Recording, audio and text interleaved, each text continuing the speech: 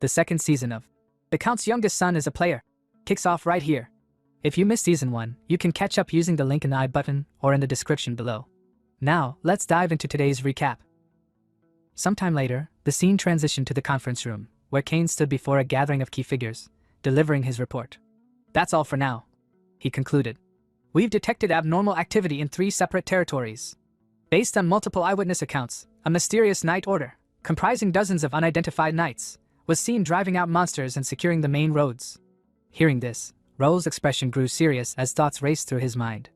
After the gate incident, the barony barely held itself together by mustering what little remained of its forces. And now this? Could this be the handiwork of another noble house? A covert scheme to seize control of our weakened territory?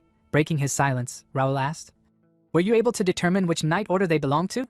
Kane shook his head. No, we weren't. There were no identifying crests on their armor or weapons. What's more, when our scout attempted to observe them, they disappeared without a trace.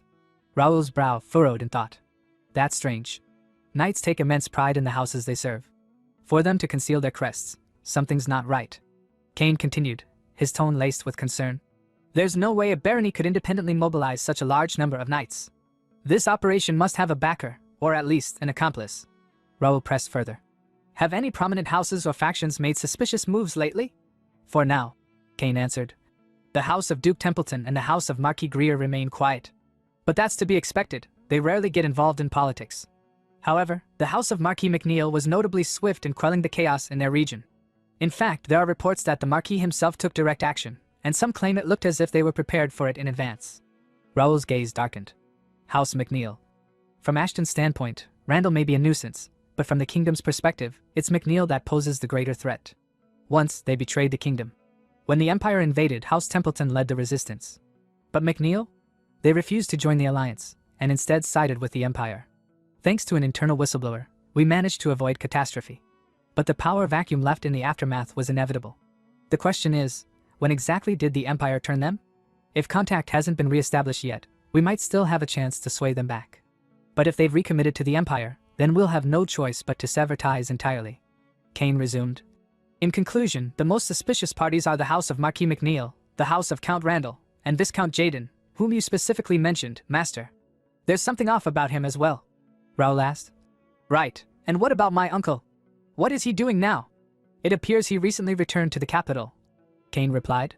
Word is, he's conspiring with some relatives from his faction. I believe it's tied to the disturbances in the territory. Raoul's thoughts turned inward once more. Judging by all the intel so far, those knights that have been appearing near our borders must be connected to one of them. It seems like they're planning to make their move here first. Still, can we really expect things to unfold the way we hope? Turning to Philip, who was seated across the table, Raoul gave a firm order. Keep the knights on high alert. Be prepared to activate the portal immediately in case of any emergencies. Philip gave a respectful nod. Understood, Master. Raoul then turned to Jake. From this point forward, the Guild's direct forces will assume all responsibilities related to gate management and monster extermination. The Knight Order will no longer handle those duties. Jake nodded, a confident smile on his face. Understood. Raoul looked around at the group. I trust all of you have noticed by now, our enemies are starting to move in earnest. They likely think we're vulnerable, easy prey. Let's remind them of the cost of underestimating us. Let's show them what happens when someone bites off more than they can chew. As the meeting concluded and the others filed out of the room, only Bernard remained. Raoul addressed him with a lower, more personal tone. I'll be staying in the capital for the time being. If you can't reach me and something happens at the family estate, do as I instructed. Bernard bowed deeply. So you want me to take Miss Nakia back to the estate if there's an emergency? Understood. Raoul nodded. Also, if any orders or requests for cooperation come from the estate, ignore them, unless they're from Brother Dylan. His expression turned grave. We still haven't identified the Empire's collaborator, who is likely still lurking within the estate. I need to be ready for anything. I'm sure their target will be my father. His power and influence remain strong. If he falls, the family will descend into chaos. We can't proceed with our plan while leaving a traitor within the main house. This incident may be the opportunity we need to root out every last enemy hiding within our family. Later that day, Raoul arrived at the First Guild's Turium branch. He was welcomed by Ilias, the branch's leader, who greeted him warmly. You're here, Master. Raoul gave a nod. Sir Ilias, have you been well? Ilias chuckled. Quite well, thanks to you, Master. Raoul observed Ilias thoughtfully. He began as a trainee knight from the Golden Bear Knight Order, one of 6 who initially followed me. Now, He's risen to expert rank and holds a top executive position within the guild. The Turium branch alone boasts 500 trained guild troops and roughly 20 station knights. Under royal authority, they manage several dungeons around the capital while also taking on commissions from both nobles and citizens. Ilos led Raoul deeper into the branch headquarters, where 3 knights greeted him with identical smiles and spoke in unison. "It's been a long time, master." Raoul recognized them immediately. These knights were my classmates at the academy. They joined the First Knight Order alongside Dalton. All of them were S-class candidates with remarkable talent. Thanks to the guild system, they've grown tremendously. Each of them is on the cusp of reaching mid-expert level. "I heard you've discovered the entrance to an ancient dungeon," Raoul said. "Could you share the details?" A knight with spiky brown hair raised his hand. "Yes, allow me," he said. "The dungeon was discovered by a wandering adventurer. Fortunately, it was near one of the dungeons under our jurisdiction, so we were able to secure it quickly." He continued explaining the situation in detail. Raoul thought to himself, there's no doubt about it. We've finally found an ancient dungeon. In Connect, there are 2 types of dungeons. The first is a gate that was improperly sealed and fused with our world. These continually spawn monsters and require specific conditions to be sealed. The second type, far rarer, are natural dungeons that existed before the gates even appeared. These include hidden sanctuaries, mage laboratories, dragon lairs, places of ancient power. We call them ancient dungeons. Unlike normal dungeons, which are gateways to another dimension, ancient dungeons are part of the Connect world itself, and exponentially harder to locate. Ken added, "We believe this dungeon is none other than Jaynak's dungeon, the one whose entrance disappeared 5 years ago." "What's the current status inside?" Raoul asked. Ken replied, "Our knights and soldiers are guarding it closely, and information is under strict control. Jaynak's dungeon has always been shrouded in danger. Despite only partial exploration of its entrance, many valuable relics were found. But almost everyone who ventured deeper never returned. The last known expedition, 5 years ago, ended in tragedy when the entrance collapsed after a noble house's team entered." Raoul's eyes narrowed. "And now, that very dungeon has reappeared, but in a completely different place." Another knight, a red-haired young man, raised his hand and asked, "Master Raoul, do you intend to conquer it?" Raoul nodded. "Yes. Before another rival makes a move, I intend to enter with a small team of elites." Surprised, the red-haired knight asked, "May we know who you plan to bring with you?" Raoul saw their anticipation and smiled inwardly. They're all eager to join. I understand why. "I'm sorry," he said aloud, "but I've already chosen the members." He turned to Ken. "What do you think? Do you believe you have what it takes to conquer an ancient dungeon?" Ken asked with firm resolve. "Of course. I absolutely want to come with you." Before the assembled knights, Raoul announced his decision. "Among all the knights, I'll be taking only Ken with me on this raid. Is everyone fine with that?" Though a few sighs and murmurs rose in the room, Ken's fellow knights quickly came around. "It's unfortunate, but if it's Ken, we can't complain," one of them said with a supportive smile. "Congratulations, Ken. Do your best, for all of us." As Raoul looked at Ken, he couldn't help but reflect. Among the 10 who joined the First Knight Order, Ken stands just behind Dalton in terms of skill. He's also the only one to have reached expert intermediate rank. Though smaller in stature, his build is lean and quick, optimized for speed and precision.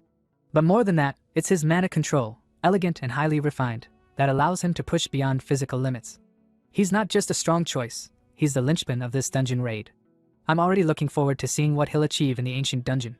Later that day, the two were alone in a quiet meeting room. Raoul poured Ken a cup of tea and asked, "Is there anything that makes you uncomfortable about life in this Knight Order?"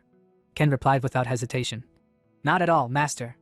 With our efficient training system and top-tier facilities, I truly believe there's no better place to grow." Raoul sipped his tea and thought to himself, a textbook answer. Reliable and reserved, typical of a soldier. Though we both graduated from the same national academy, we never really had the chance to know each other personally until now. He nodded and said, "Still, if there's ever something you think we could do better, don't hesitate to speak up. This Knight Order is newly formed, we're still far from perfect." Ken answered, "Yes, understood." Raoul leaned forward slightly. "Now then, let me get to the real reason I brought you here. Do you have any idea why I chose you for this dungeon raid?" Ken looked puzzled. "I'm sorry, Master. I don't know." Raoul's expression turned serious. "Before we talk about the dungeon, there's something else we need to address first. Don't you agree, Lady Kaylee de Greer?" Ken froze. Shock washed over her face. How does he know who I really am? She wondered. Raoul's mind wandered briefly as he looked at her. The House of Marquis Greer, one of the 5 great martial houses of the Reuben Kingdom. Located on the southernmost coast, they are known far and wide for their legendary spear techniques. A family with deep roots in honor and tradition, once famed for producing elite warriors. But everything changed after the Great War. The family lost both its head and heir in battle. With their most guarded techniques partially lost, they could no longer produce sword masters. They withdrew from the political scene and turned inward, hoping to restore their glory from within. In that light, it's easy to understand why a noble daughter from such a house would disguise herself as a man and enroll in the academy. Kaylee lowered her head, voice calm but resolute. My sincerest apologies, your lordship. I never intended to deceive you. I truly had no malicious intent. If you order me to leave the Night Order, I will do so immediately. Raoul folded his arms. So Ken, or should I say, Lady Greer, you intend to step down as a knight? No, she said firmly, lifting her eyes. Whatever happens, I will continue to be a knight. But that's not something I can decide alone, she thought bitterly. Most knight orders in Reuben Kingdom don't even recognize female knights as members. Raoul raised an eyebrow. Then why speak as if you're prepared to quit? Has something in our order disappointed you? She quickly shook her head. No, absolutely not.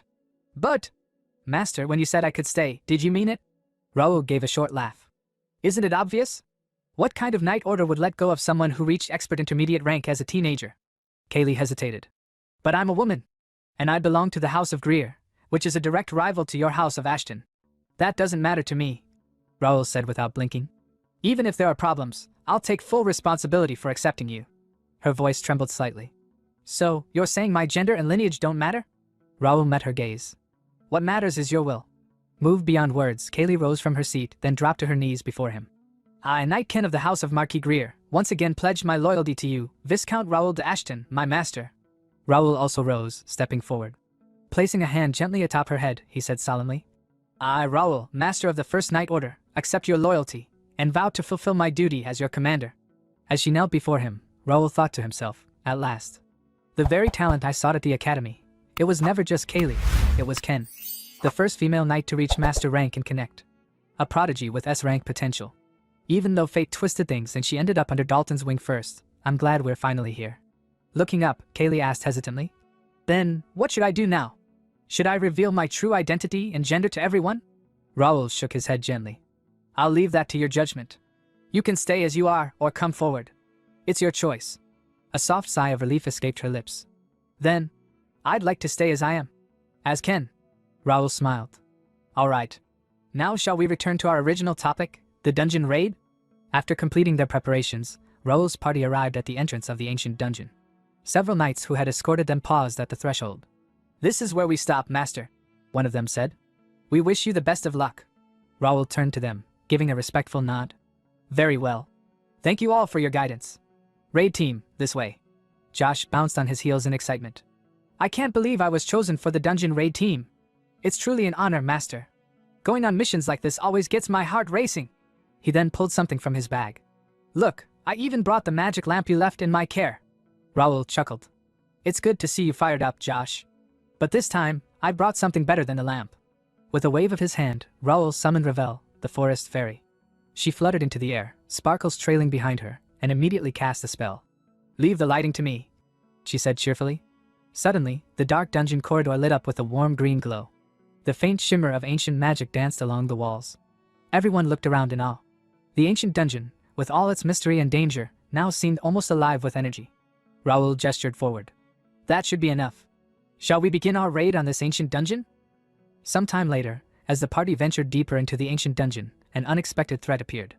A spectral blue wolf, its body semi-transparent and glowing with ethereal light, emerged from the misty corridor ahead.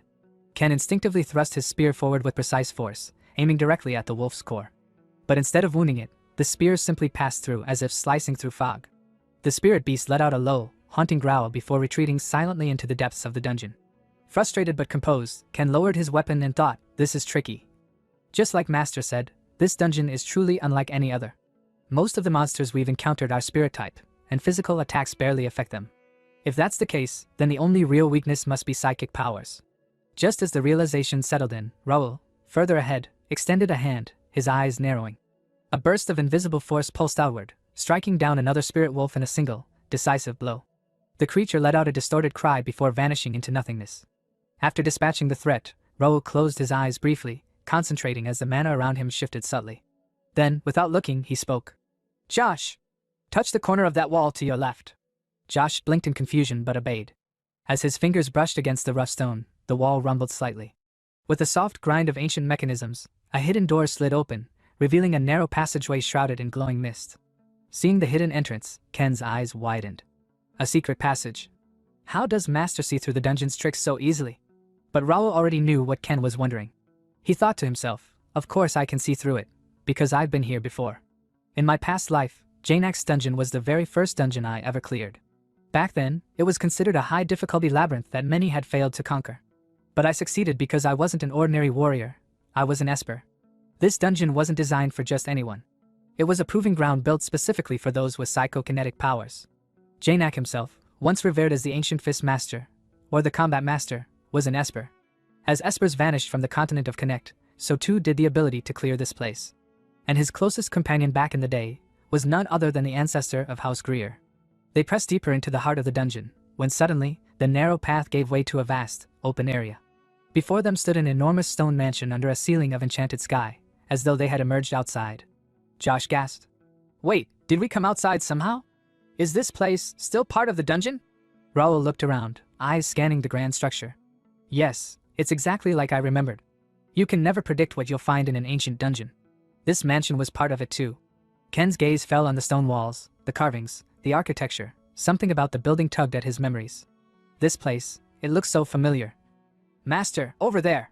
Josh suddenly pointed toward a large arena-like area where two imposing statues stood facing each other. There's something here! Ken followed his gaze and stopped. His breath caught. A bronze statue stood tall, its design unmistakable. The scene faded to several days earlier, in the meeting room of the Turium branch. Raoul leaned back in his chair. Now then, let's return to the topic of the dungeon raid.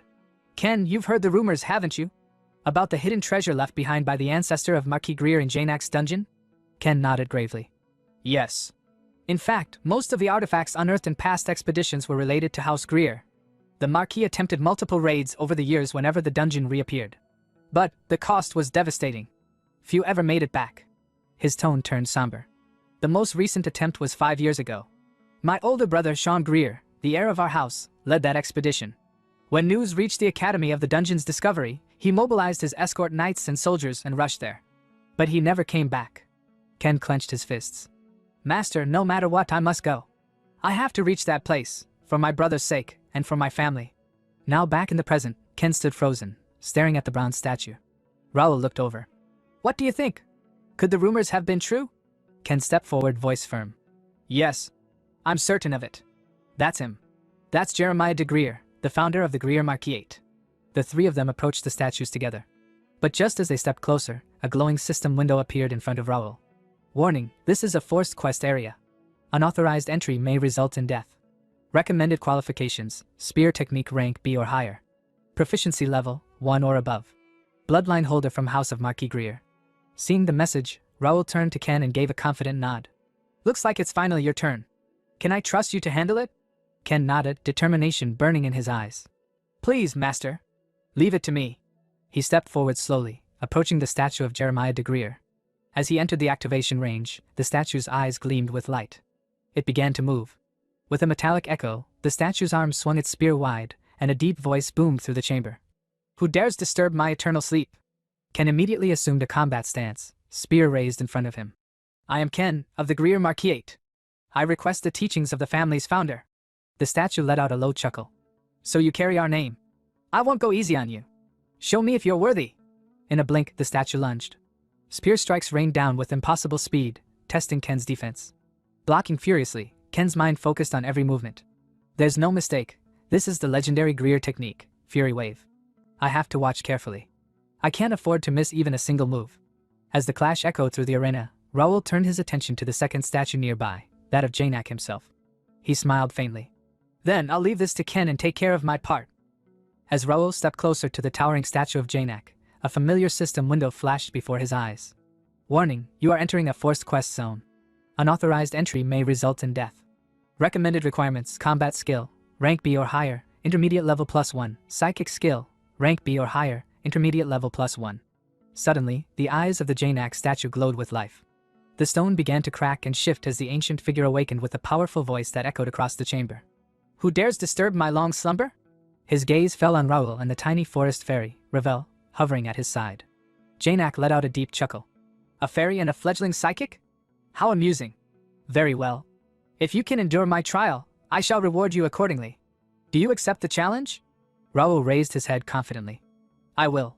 In my previous life, he thought, I barely survived this fight with just intermediate level 3 telekinesis. But this time, I'm far stronger. This won't be a problem. With a wave of his hand, Raoul's psychic energy surged. Swords made of pure telekinetic force manifested in the air around him. Dozens, then hundreds, all floating and ready to strike. Janak's eyes narrowed in surprise. Unbelievable. That's clearly intermediate level psychokinesis, but the output and control. Out loud, he scoffed. You do realize having many doesn't mean you have everything, right? Raoul smiled faintly. Of course. I'm looking forward to this duel. Without another word, Janak lunged. His fist, wrapped in a greenish martial aura, tore through the air with immense pressure. In response, Raoul launched his psychic swords forward. But Janak twisted and dashed through the formation, slipping between the blades with uncanny speed. He swung his fist directly at Raoul. Ravel reacted instantly, forming a shimmering mana barrier around Raoul. The fist struck, yet the barrier offered no resistance. The blow pierced straight through and landed cleanly against Raoul's torso, sending him staggering back. Pain flared through Raoul's body. That hit landed directly, even though the barrier was intact. Could this be penetration fist? One of the advanced martial techniques? If so, I'm at a disadvantage. Just then, a familiar voice echoed from within the Regnitor armor. Karl's spirit materialized beside him. You've run into a rather dangerous opponent, Karl said calmly. How does it feel to face him head-on? Raoul grimaced. He's annoyingly tricky. His attacks cut straight through defense. Blocking won't work, I'd have to dodge everything. But if I do that, this wouldn't be a real duel anymore. Karl nodded. That's what makes martial artists like him terrifying. When facing someone who's mastered penetration fist, your options are limited, either deflect or stay completely out of range. Janak surged forward again, delivering another fierce strike. Raoul twisted aside, narrowly dodging. Before he could recover, another blow followed. Raoul bent backward, just barely avoiding the second attack as the wind from the strike passed over his face. Janak smirked. Warm-up's over. Now I'll show you my true power. Raoul's thoughts turned serious. So in my past life, he was holding back after all. Janak possesses two psychic abilities, flame manipulation and body reinforcement. That enhances both his attack power and defense. Combined with his master-level martial arts, he's one of the strongest one-on-one duelists I've ever encountered. But still, as Janak launched another deadly blow, Raoul vanished using flicker, reappearing in the air above him. With a gesture, a new ring of swords formed around Raoul, glowing with psychic energy. In aerial combat, I have the advantage as a telekinetic. The blades flew downward like meteors, targeting Janak. But Janak answered with overwhelming force. Flames exploded around his body as his aura flared. The stone beneath him cracked and scorched, and the pressure in the room spiked. On the ground, both Josh and Ken felt the change. Their expressions grew tense. Meanwhile, Janak shouted, Didn't I tell you already, boy? Sheer numbers won't overwhelm me. He raised his fist again. Junk like this, I'll cut down. With explosive strength, he swung his arm and shattered many of the incoming blades. But something unexpected happened. One of Raoul's swords sliced into Janak's forearm, drawing blood. Janak's eyes widened. What? That's a mana blade. He glanced around. No, all of these swords are imbued with mana? For a rookie like him to maintain this many enchanted weapons. Letting out a roar of frustration, Janak released a psychic pulse that caused the blades to clash against each other in midair, colliding and shattering into fragments. Raoul frowned. My mana blades were overwhelmed. I need to reinforce them again with psychic energy. Before he could act, Janak raised both hands, gathering flaming energy into a monstrous shape. An enormous dragon formed entirely of flame and aura, its jaws wide open. The beast lunged toward Raoul like a comet. Damn it! Raoul thought, panic rising. There's no way to dodge this. No matter where I run, I'm toast. Just then, Karl reappeared beside him, calm and composed. Relax, Raoul. Open your eyes and observe. That's not a real dragon, it's condensed flame aura. The form is just an illusion. What you need to find is the mana core. That's its weak spot.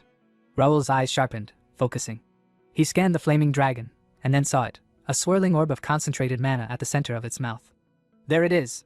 Channeling his power, Raoul conjured a new set of telekinetic blades, sharper, stronger, more refined than before, and hurled them directly into the core of the incoming dragon.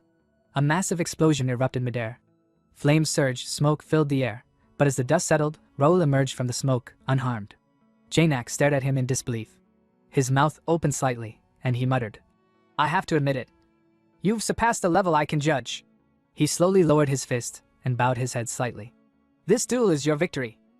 The statue of Janak spoke, its deep voice echoing through the hall. Thanks to having met such an outstanding junior, I can leave in peace. A sudden chime sounded in Raoul's ears, and a system window appeared before him. Forced quest, Janex test, completed, rewards, mansion warehouse key, type B, 50,000 player coins, large amount of EXP, title obtained. The one who received Janex acknowledgements. Before Raoul could fully process the notification, a brilliant golden light began to radiate from the statue's chest. Slowly, a shimmering golden core emerged, floating in the air. I look forward to the day your psychokinesis reaches the level of a master. The statue continued. May the experience you've gained from today's battle guide you along your path. Raoul's brows furrowed. What's this? Wasn't the reward for the hidden quest already fixed? The moment the golden core drifted away, Janak's statue fell silent and still, returning to lifeless stone. Across the hall, the statue of Jeremiah stopped mid-swing against Ken. Time's up. I concede, this match is over. Ken, panting heavily and drenched in sweat, could barely keep his stance. Jeremiah's statue inclined its head in respect. You've endured far longer than I anticipated. I respect your perseverance. Ken of Marquis Greer, you pass. From the sidelines, Josh let out an enthusiastic cheer for both Raoul and Ken. Yet another system notification popped up before Raoul's eyes. Forced quest, Janex test, completed, rewards, mansion warehouse key, type B, 50,000 player coins, large amount of EXP. Raoul smirked to himself. Good, just as planned. That means Ken has cleared his trial too. Once they stepped inside the mansion of Greer, Josh couldn't help but marvel. It's on par with the mansions in the capital. Raoul waved a hand dismissively. You've both worked hard. Take a short break.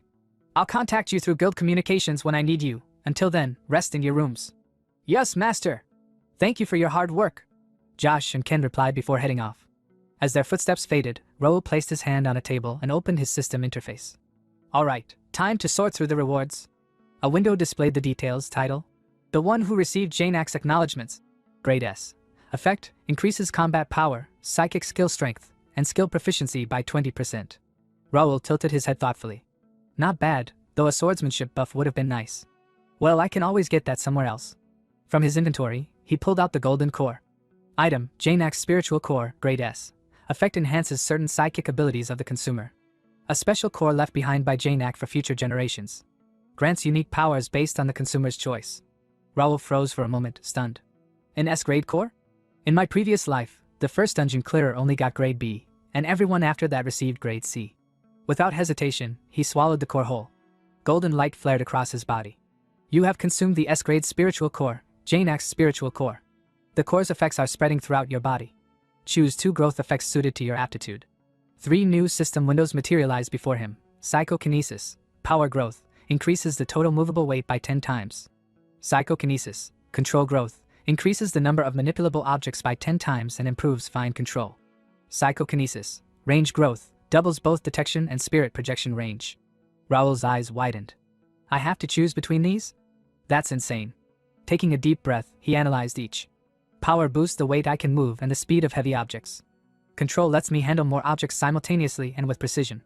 Range expands my area of influence and detection. After a moment of consideration, he made his decision. You have selected Range Growth and Control Growth. Golden light surged through his body, his eyes now glowing with radiant gold.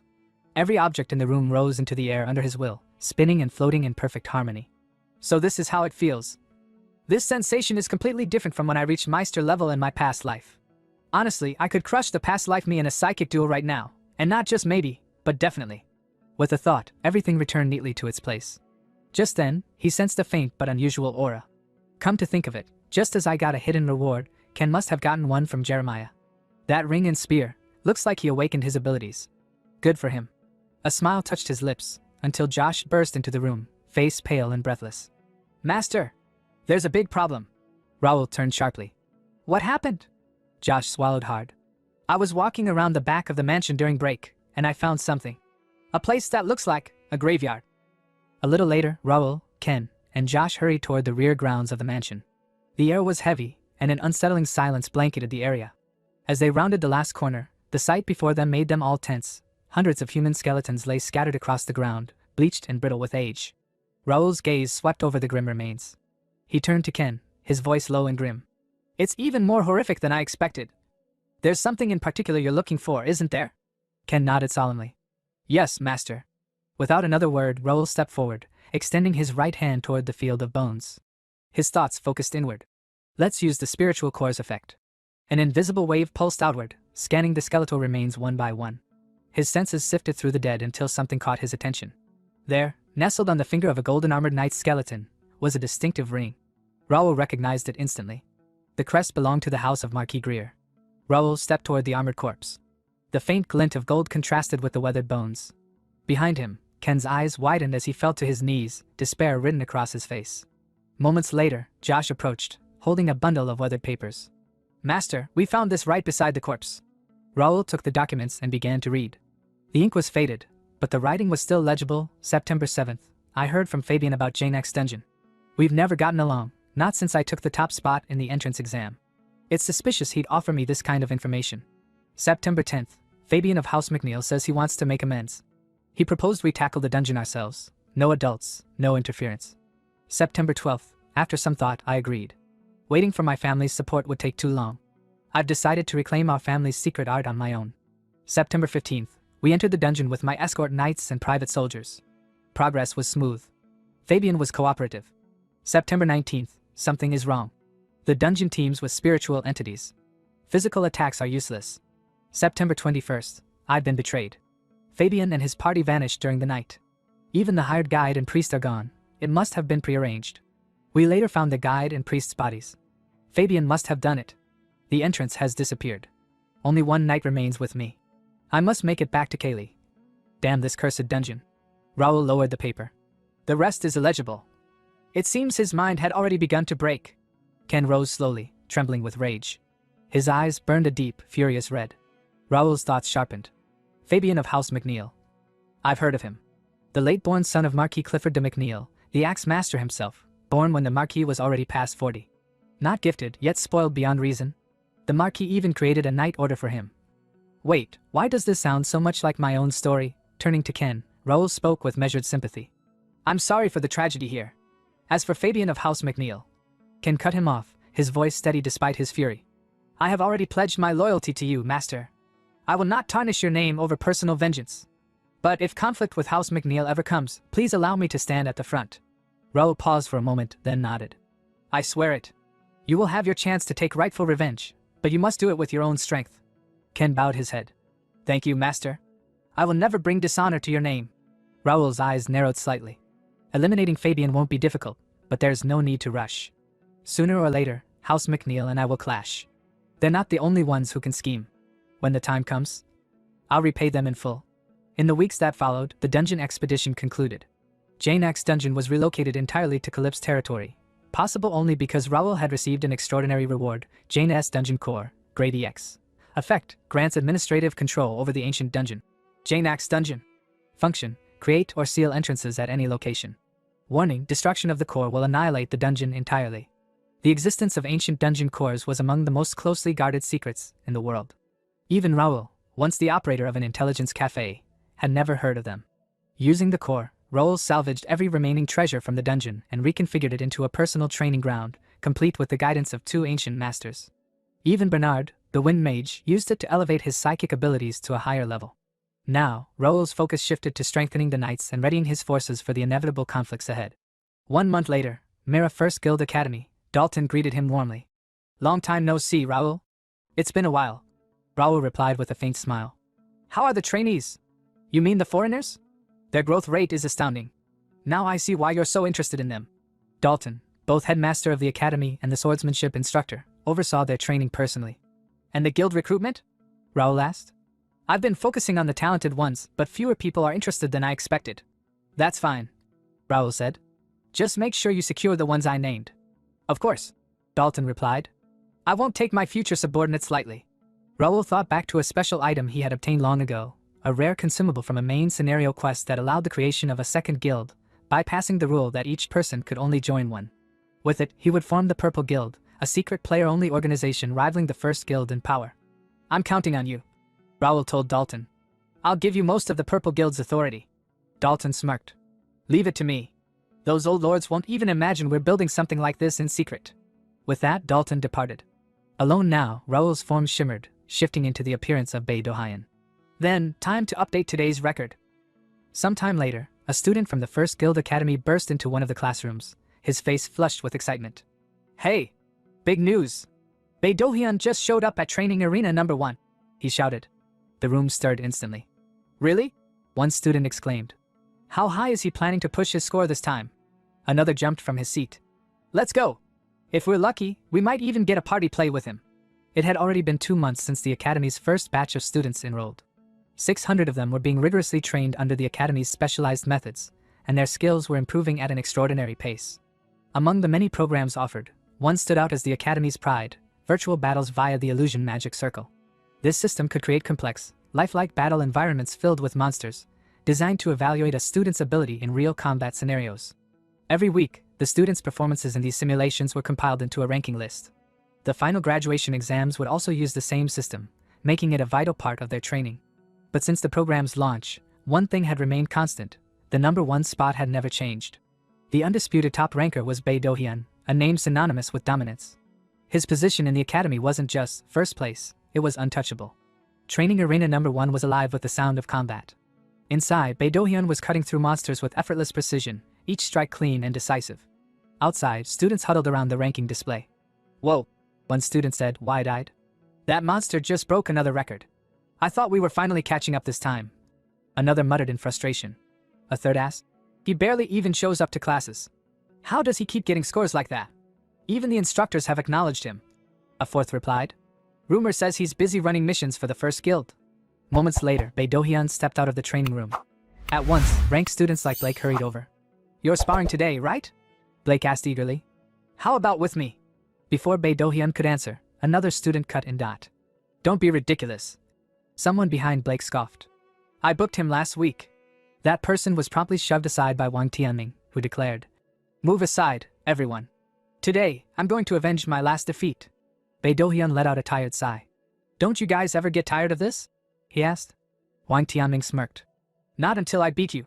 We can't graduate with a loss hanging over our heads. I'll keep challenging you until I win. Blake grabbed Tianming's shoulder from behind. At least wait your turn, he said sharply. You can't just charge in every time because you're impatient. The two immediately started bickering over who deserved the first sparring match. Watching them, Bae Do-hyun thought to himself, still, I have to respect their persistence. At least now that most of the troublemakers are gone, we can talk like normal people. Finally, he cut in. Fine. How about a 2-on-1 today? The arguing stopped instantly. Blake and Tianming turned toward him in surprise. Not long after, both were lying on the arena floor, utterly defeated. Damn it, Tianming groaned, pushing himself to his feet. We couldn't even land a single hit together. What a monster. Blake staggered up beside him. No matter how you look at it, Do-hyun's an irregular. I can't believe he's even the same kind of player as us. Tianming clenched his teeth. You're just not skilled enough. One day, I will take him down. Blake glanced sideways. What about you? Tianming frowned. What about what? The Purple Guild, Blake said. It's been trending among rankers lately. Even the instructors are promoting it hard. Not interested, Tianming replied flatly. I don't plan on joining any organization. I already turned down every guild offer back in my home country. I'm thinking of joining, Blake admitted. The conditions sound really good. Tianming raised an eyebrow. What kind of conditions? I want the best treatment in the best guild, Blake said matter-of-factly. Even if I started my own, I doubt I could surpass the one Bae Do-hyun's in. Think about it, once the academy ends, it won't be easy to meet him again. If you want to beat him someday, wouldn't it be smarter to join the same guild and bide your time? Tianming fell silent, imagining the day he could finally defeat Bae Do-hyun. You still have that guild information brochure? He asked. Didn't you get one already? Blake replied. I threw it away the day I lost to him. I was pissed, Tianming admitted. Then get another from the instructor. Seriously, you need to control that temper, Blake said. Flustered, Tianming shot back. Mind your own business. The scene shifted to the first guild's mirror branch, where a golden brown-haired guild member approached Raoul with news. The business targeting outsiders is finally turning a profit, the man reported. Raoul smiled faintly. Is that so? That's good to hear. We expect a steady flow of newcomers in the future, the man continued. So we're planning to expand our shops in case we get more visitors than expected. The guild has secured both the manpower and the funding, Raoul assured him. If you need anything, we'll gladly cooperate. We're truly grateful for your personal assistance, Baron Raoul, the man said sincerely. Suddenly, a system window appeared before Raoul, an incoming guild audio message. He opened it. The voice of Bernard came through urgently. Master, we have a problem. We just received word from our informant in Kauford Castle. Count Melvin has collapsed. Raoul's expression hardened. Damn it. Is the scenario starting exactly as I predicted? He immediately activated emergency transmission to all guild members. All forces, maintain maximum alert, he ordered. From this moment, consider this a wartime situation and prepare accordingly. Yes, master, came the unified reply. Raoul strode quickly down the corridor, flanked by knights, continuing his orders through the link. All knights of the Mirror Branch, head to Calip's castle. Also, there will be officer meetings tonight. Stand by until then. That's all. He cut the transmission and pushed open the door to a room, where Nakia, Dalton, and Kane stood near an active portal. What's the current situation? Raoul asked. Kane reported. The Count hasn't regained consciousness yet, but healers and priests have begun treatment. Then follow me to the main estate, Kane, Raoul ordered. Dalton, join Bernard at Calip's castle with Nakia. Yes, master, they replied. Raoul then turned to Nakia and used a secret transmission directly to her mind, issuing a confidential order. Finally, he addressed Kane. First, we hurry to the main estate. Inside, his thoughts burned with determination. When I opened my eyes as Raoul Ashton, I made a vow to accept this life and face whatever comes. The tragedy looming over the Count's family, I will stop it, no matter what. The scene shifted to Comfort Castle, ancestral seat of House Ashton. Raoul strode through the main gates, his voice echoing with urgency. I came as soon as I heard Ivan. The butler, Ivan, was visibly trembling as he bowed low. Lord Raoul. I failed to properly serve the Count. I have no excuse. Raoul shook his head. Don't blame yourself too much, Ivan. What matters now is father. Let's see him first. He signaled to Philip, one of the household retainers. Philip stepped forward at once. This way, my lord, he said, taking the lead toward the Count's chambers.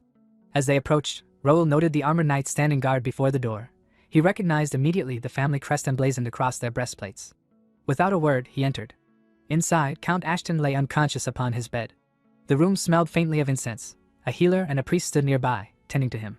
Beside the bed, Lady Estella, wife of Raoul's elder brother Dylan, was weeping uncontrollably. Her reddened eyes turned to Raoul as he entered. Young master, what do we do about this? She asked through her tears. Raoul did not answer right away. He took a seat beside his father, staring at the still form with tightly clenched fists. Then, jaw taut, he addressed the healer and priest. What exactly happened? Why is father in this condition? The priest hesitated, then replied. We do not know the precise cause yet, but judging from the symptoms, it appears to be mana backlash. Raoul's eyes widened. Mana backlash, he thought grimly. In his mind, he recalled the basics. Every knight who uses mana possesses a network within the body known as a mana road, a fixed pathway through which mana flows, much like blood in veins. When, for any reason, that mana reverses its flow, the phenomenon is called mana backlash. In most cases, it is fatal. For those who survive, permanent disability is almost certain. The priest continued. Though this case is slightly unusual, mana backlash is the only condition that explains his symptoms. Raoul pressed further. Is there a treatment? We have to stabilize him somehow. The priest's expression turned regretful. In this case, divine power is ineffective. We can only offer blessings in his presence. Raoul gave a curt nod. Then please, do everything you can. Later, when the others had stepped back, Raoul remained seated beside the bed. From the armor he wore, a faint shimmer emerged. The spirit Karl, sealed within it, materialized. Karl's voice was low and grim. The Count's will is formidable. He must be enduring immense pain. Raoul turned sharply to him. Master, is there no way to save him? Karl considered, then said. Let me borrow his senses for a moment. Raoul placed his right hand over his father's head. Karl studied for a moment before speaking again. This is strange. It does not match any case of mana backlash I've encountered before. Raoul leaned in. So there is a chance to treat it? Karl's tone grew cautious. It's complicated. His condition is highly unusual. By this mana level, he should already be an intermediate master, yet he hasn't broken through. The Count's own mana is clashing against the reversing mana, pushing back as if in a stalemate. But he can't hold on forever. There are two possible approaches. First, identify the root cause of the backlash. There is an unnatural mana flow mixed in. If we block it, his natural flow should recover. Second, forcefully block the reverse mana flow. But this method requires a master-level manipulator to control the mana with extreme precision. It's incredibly risky, and even then, stabilization is not guaranteed. If either method succeeds, the worst-case outcome is unavoidable. Sometime later, Raoul walked through the castle corridor with Ivan, deep in thought. Why hasn't my eldest brother arrived yet? Raoul asked. Ivan replied. A few days ago, 2 teams went missing in a strange dungeon. The eldest young lord went personally to investigate. Raoul frowned. No wonder he didn't respond to the guild's messages. Has he sent word about returning? Raoul pressed. Of all places, Ivan answered. The dungeon is located at the farthest edge of the Count's territory. Raoul's expression sharpened. What about the Knight Commander? And Commander Ernest Bozel, the Viscount? The Knight Commander went into the dungeon with young Master Dylan. Viscount Bozel has been away for over a week conducting mobile training. Raoul stopped in his tracks. Then who's overseeing the house and the castle's defenses right now? The main estate is under Baron Carlo de Ashton, commander of the Silver Bear Knights. The castle is guarded by Baron Dwayne de Ashton, head of the security forces. Raoul muttered to himself, so that explains why it's the Silver Bears on escort duty. He knew the county maintained 4 knight orders. Golden Bear Knights, elite warriors serving directly under the head of House Ashton. Silver Bear Knights, primarily composed of Ashton family members. Iron Bear Knights, skilled fighters of common or foreign birth. Chain Knights, a not yet formalized order still in training. While prestigious by name, the Silver Bears were generally considered weaker in combat than the Iron Bears. Raoul made his decision. Send a messenger. Summon the Golden Bear Knights immediately. Fill any gaps in their ranks with members from the Chain Knights. And tell Baron Dwayne to lock down Comfort Castle. No one gets in or out until further notice. Understood, young lord, Ivan replied. As they moved, Raoul's mind was racing. The timing is too perfect. Everyone else thinks father's collapse is an accident, but I don't. My brother and most of our forces are conveniently away, leaving the estate vulnerable. Without my informant in the main house, I'd have arrived too late, and if father had died, the county would have plunged into chaos. We narrowly avoided disaster. I need to act now. Opening a private guild channel, Raoul issued rapid orders. Jake, I'll open a private portal. Bring the knights and our guild members to Comfort Castle. Dalton, join us at the mansion with Nakia and Ken. They answered with unwavering obedience. Yes, master. Raoul's mind was already in motion. The enemy, he knew, still had no idea of the true power he and the First Guild possessed. This ignorance would be his advantage. He would use it to position his forces and quietly root out any signs of treachery. Just then, Kane's voice crackled through an audio message from the castle wall. Master, we have a situation. 6 barren families bordering 4 of our lands are moving troops toward the borders. It's a significant force, including knight orders. A slow, knowing smile formed on Raoul's face. Inwardly, his resolve hardened. So, they want to go there, he thought. I'll show those rotten traitors exactly what happens to backstabbers. The scene shifted to a secluded mansion, where a man with silver-white hair greeted Viscount Jaden. It wasn't easy finding a suitable place. The man admitted apologetically. I'm sorry to receive you in such a shabby place, Viscount Jaden de Ashton. Jaden brushed the apology aside. Forget that. What's the situation? The man leaned closer, lowering his voice. According to our spy, the Count is on the verge of death. Most of the castle's main forces are away for a dungeon subjugation. A cold smile curved across Jaden's face. Serves him right. He should have known his place, bringing death upon himself with his foolish actions. Dylan took the bait too. Nothing else we need to worry about, right? There's no one else who could rally them. The man assured him. But I've just received word. Somehow, Raoul Ashton has shown up at the mansion. At that, Jaden's expression darkened. That brat Raoul? After what happened in the capital, he's been far too active. The silver-haired man quickly reassured him. Don't worry. We've stationed troops in his territory. He'll be rushing back in no time. He'd better, Jaden replied sharply.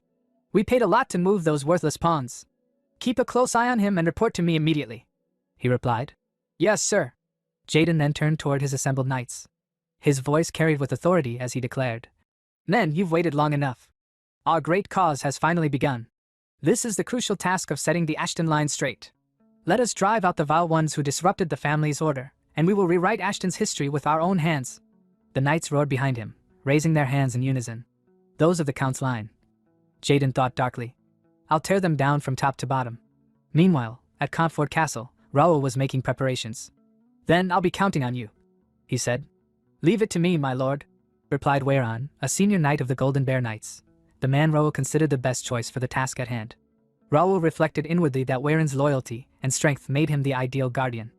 A day after his father's collapse, knights from nearby had returned to the mansion, and after careful observation, Raoul had entrusted his father's protection to Weiran and his order. It was then that Baron Carlo, commander of the Silver Bear Knights, stepped forward. Isn't this a bit of an overreaction? He questioned. Are you saying that adding extra guards means you don't trust the Silver Bear Knights? Raoul met his gaze firmly. It's not that I don't trust you, Baron, it's that I don't intend to trust anyone. I'll keep strengthening the guard until my brother returns. I hope you understand. In his mind, Raoul calculated further. 5 Golden Bear Knights will rotate guard duty on the 5th floor, where father's room is. No one may enter without my permission. This plot began within this very manner. Right now, I cannot trust anyone. I must strengthen the guard even more. Later, Raoul visited his father, Count Melvin Ashton, who was bedridden under the care of Bishop Alonso of the Xenon Order. Is there any improvement? Raoul asked. I'm sorry, Alonso admitted. Just maintaining the Count's current condition is already overwhelming for me. Raoul looked at his father's fragile state for a long moment, then said gently, You've done well, Bishop. Could you step aside for a moment? Understood. The bishop bowed and left the room. Immediately, Nakia entered. Raoul asked her quietly, How does it look? After carefully observing the Count, Nakia nodded. I think your guess is correct, Master. This is definitely a case of maniphilaria. Raoul's heart sank. Maniphilaria. I've seen this before. In my previous life, it was revealed that key figures of the kingdom were assassinated this way. The exact cause was never uncovered, but it sparked a great bloodbath. I always suspected it was connected to the downfall of the Count's line. Is treatment possible? He asked. Based on the data you gave me, I've already developed a cure, Nakia replied. Treating the maniphilaria itself won't be a problem. However, I can't guarantee what the Count's condition will be after treatment. Still, I'll do my best. I'm counting on you, Raoul said. If it's you, Nakia, I believe you can do it. Nakia bowed and left, while Raoul thought grimly, Now then, shall we go catch the tail of the ones who caused this mess? Sometime later, Raoul met with Philip. You're saying forces have been spotted at the Calypso Estate's border? Raoul asked. Yes, Philip confirmed. It's said to be composed of a private night order and mercenaries. No official report yet, but judging from the scale, there's a real possibility of a territorial war. They'd need royal approval to declare one, wouldn't they? Raoul pressed. Still, Philip warned. The enemy has already completed deployment. They could declare war at any moment. Then time is of the essence, Raoul said decisively. Let's return to the territory. Inform the commanders of each domain about the movements in neighboring lands. Have all night orders prepare for combat, he replied. Yes, master. Unbeknownst to them, a figure cloaked in black observed from the shadows nearby, smiling maniacally at what he overheard. Later that night, 2 silver bear knights guarded the mansion in uneasy silence. One of them frowned. Hey, didn't you just hear something? He whispered. Before his companion could respond, a dagger pierced his neck. Blood spurted as his body collapsed. The second knight turned in horror, only to be struck down as well, another dagger burying itself in his throat. The killer stepped from the shadows, Imperial Hound 6. He sneered. Just as we heard, the security is lax. At that moment, one of his subordinates hurried out from the mansion. As promised, all the windows are open. Good, Imperial Hound 6 replied with cold satisfaction. Move to the designated spots and await my signal. Once you see it, kill them all and burn everything, he replied. Yes, Captain. As his men scattered into position, Imperial Hound 6's lips twisted into a maniacal grin. I've been holding my breath for decades, waiting for this day. Count Ashton's line. I will snuff out your last breath with my own hands. The windows of the mansion stood wide open, yet the 2 silver bear knights stationed nearby remained oblivious to the danger creeping in from the shadows. A sudden red flare streaked into the sky, bursting with ominous light. One of the knights turned toward it in confusion. At that very instant, a dagger shot from the open window pierced his head, dropping him dead on the spot. The knight beside him gasped in shock, but before he could cry out, a figure cloaked in black appeared silently behind him. The Imperial Hound pressed a hand over his mouth and drove a dagger deep into his throat. Another life was snuffed out in an instant. The assassins moved quickly.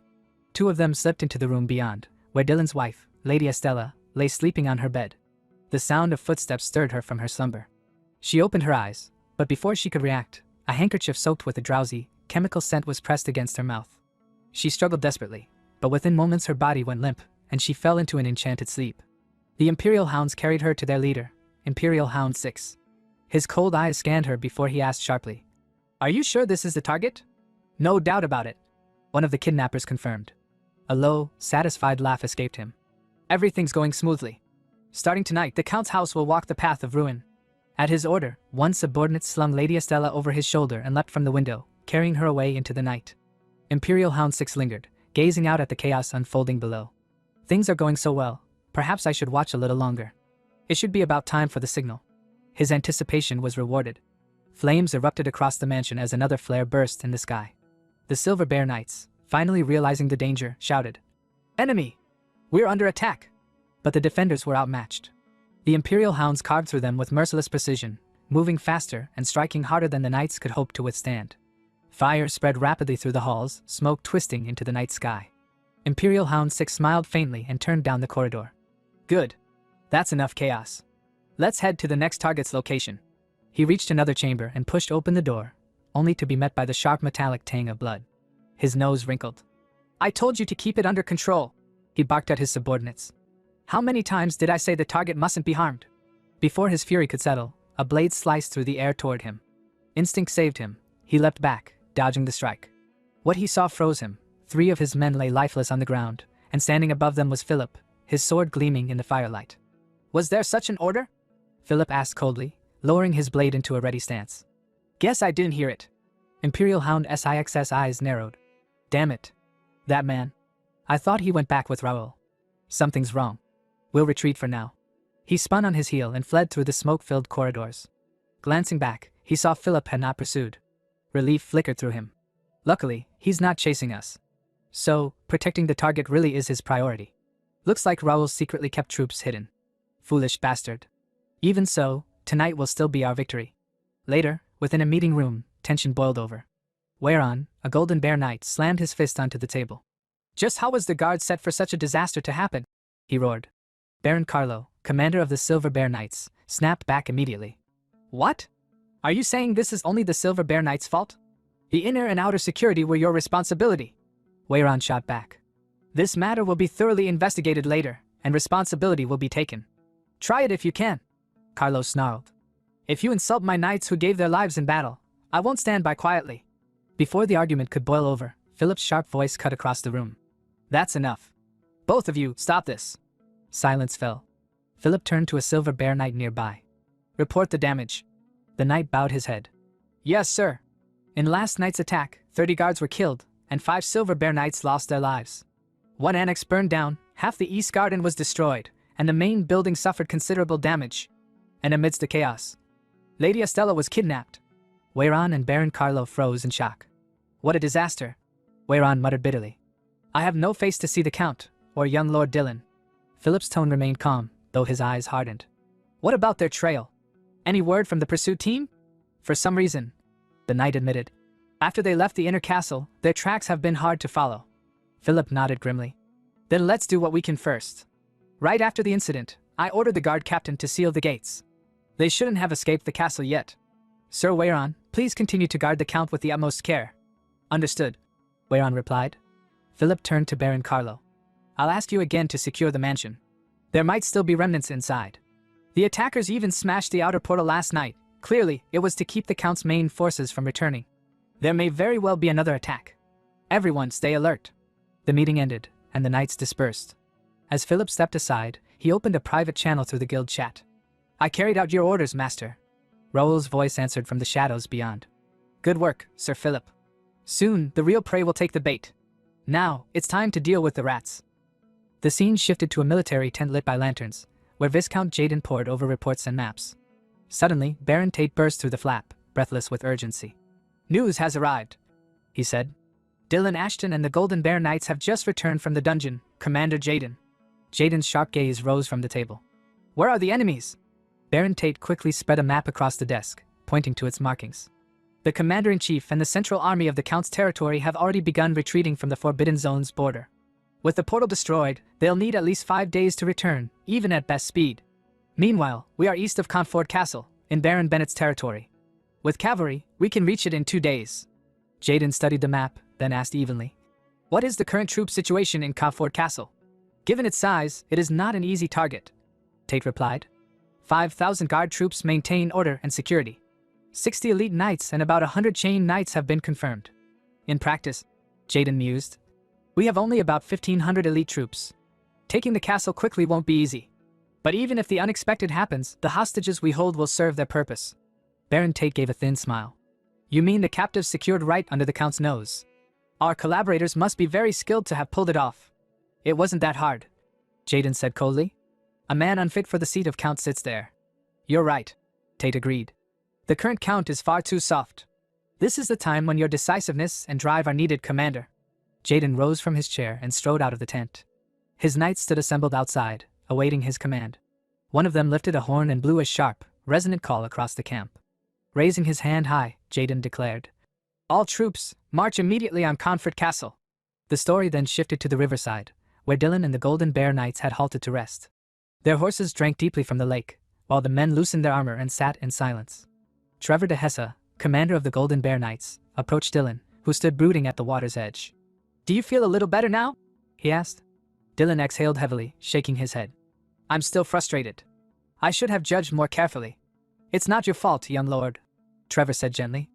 "It's been a long time since I, too, was deceived so thoroughly." Dylan's jaw tightened.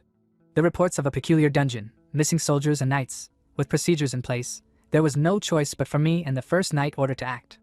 Traces of demons had been reported. How could I ignore it? Yet the dungeon had been empty. No beasts. No demons. Nothing but a clever trap. His teeth ground together. First during the Royal Capital Rebellion, and now again, fooled twice by lies. Trevor's voice broke his thoughts. "So, where do you plan to go now?" "After leaving the dungeon, I heard everything from Raoul," Dylan replied. "He gave me two options.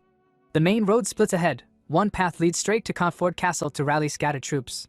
The other," Dylan's eyes narrowed, "is somewhere we must visit before returning to the castle. We'll take that road." Trevor nodded without hesitation.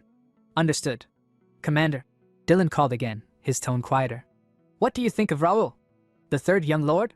Trevor considered. "Before the Count went into seclusion, he once spoke to me about Raoul. He blamed himself for not realizing Raoul's true nature. He thought Raoul was a child to be protected for life.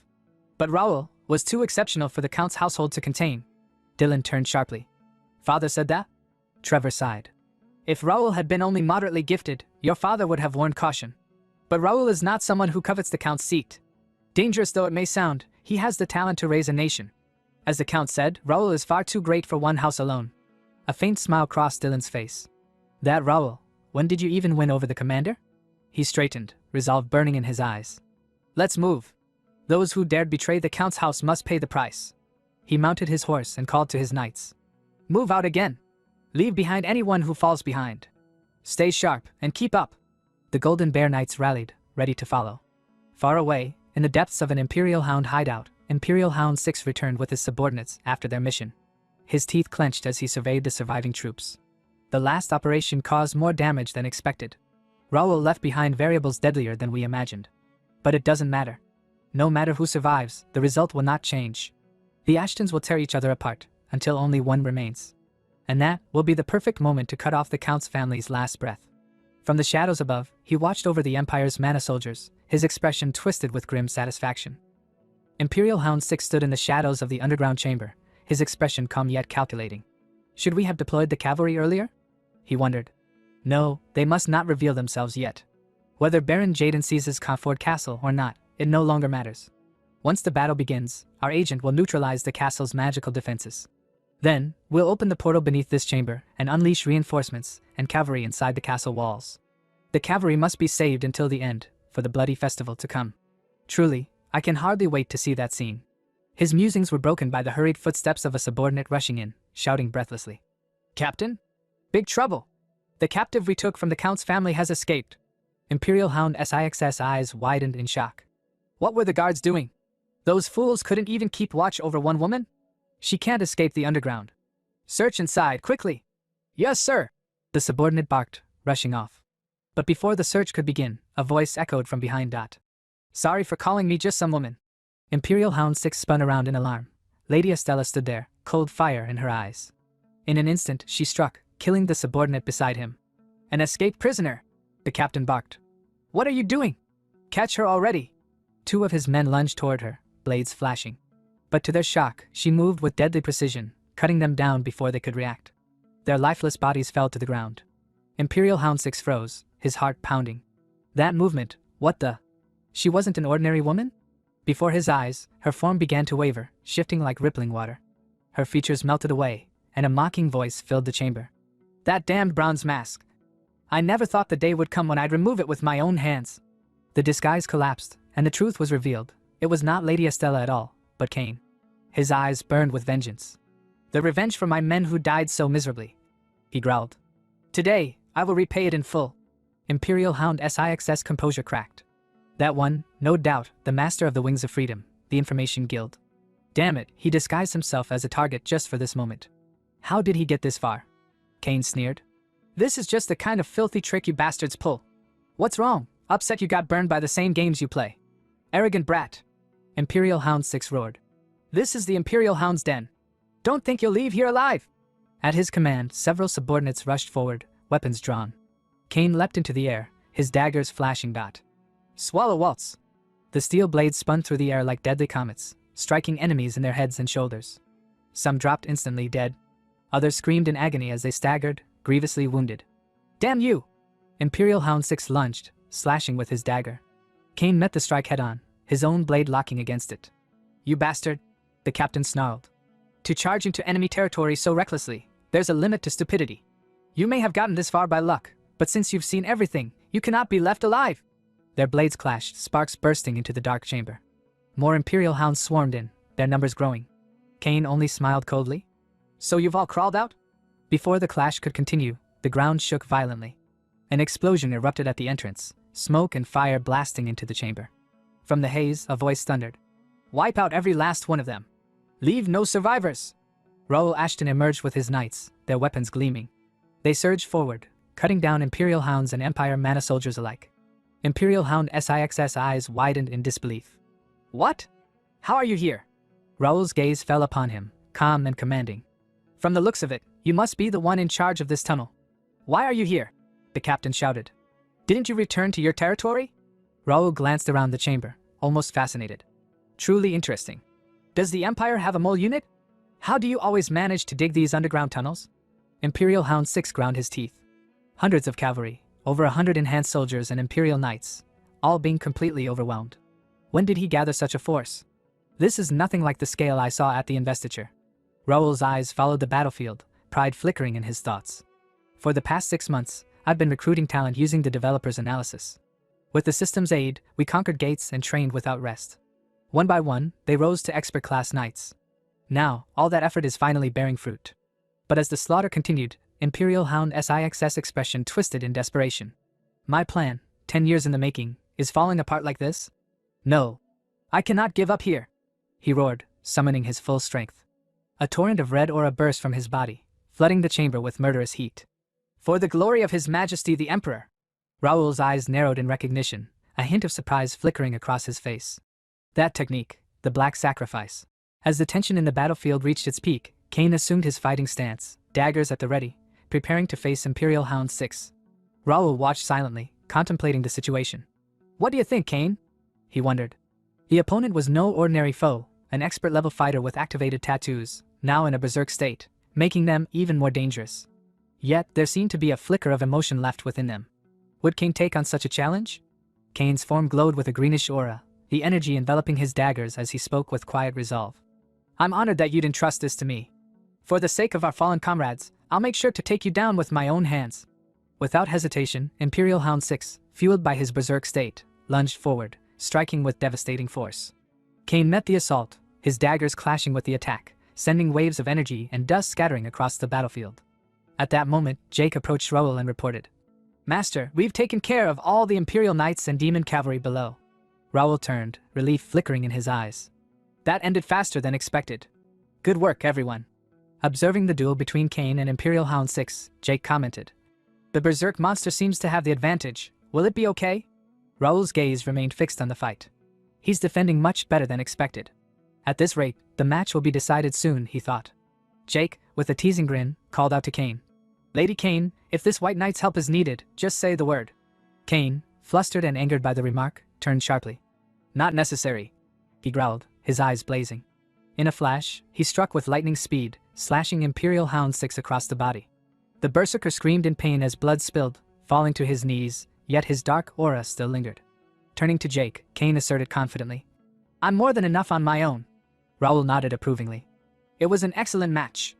Your skills have really improved. Cain replied humbly. I showed a shameful performance. Raoul's attention shifted to the fallen enemy. Now don't think this is the end, he said, activating his skill aura of radiance. Golden daggers surged forward, piercing Imperial Hound SIX's body. Slowly, the dark, blood-infused aura began to fade. Cain observed silently, recognizing that the attack had severed the demonic energy that had possessed the hound. Raoul then commanded his knights to remove the corrupted power armor and take the fallen soldier away, still breathing. With the armor now on the ground, Raoul extended his hand, his Regnitor armor absorbing the fallen hound's power. Seeing his strength increase, he muttered, As I thought, this confirms it. Turning to the forest fairy, Ravel, who was examining the armor, he asked her opinion. Yes. Ravel replied, her eyes scanning the system window. To evolve Regnator to the next stage, we need to absorb power armor contaminated with demonic energy. I had a feeling it would be like this. Any other changes? Raoul asked. I think we'll know once the digestion is complete, Ravel answered. What's certain is that this alone is far from enough. Of course, don't worry. We'll have many more opportunities to acquire them in the future, Raoul reassured her. Turning to Jake and Kane, he said, All right, let's quickly wrap this up and head back. We still have a lot to take care of. Yes, Master, they replied in unison. Raoul handed Kane the mask of Imperial Hound 6. It might be troublesome, but Kane, I'll have to ask you one more time. Leave it to me. This is my specialty, Kane said, donning the mask and perfectly shape-shifting into the form of Imperial Hound 6.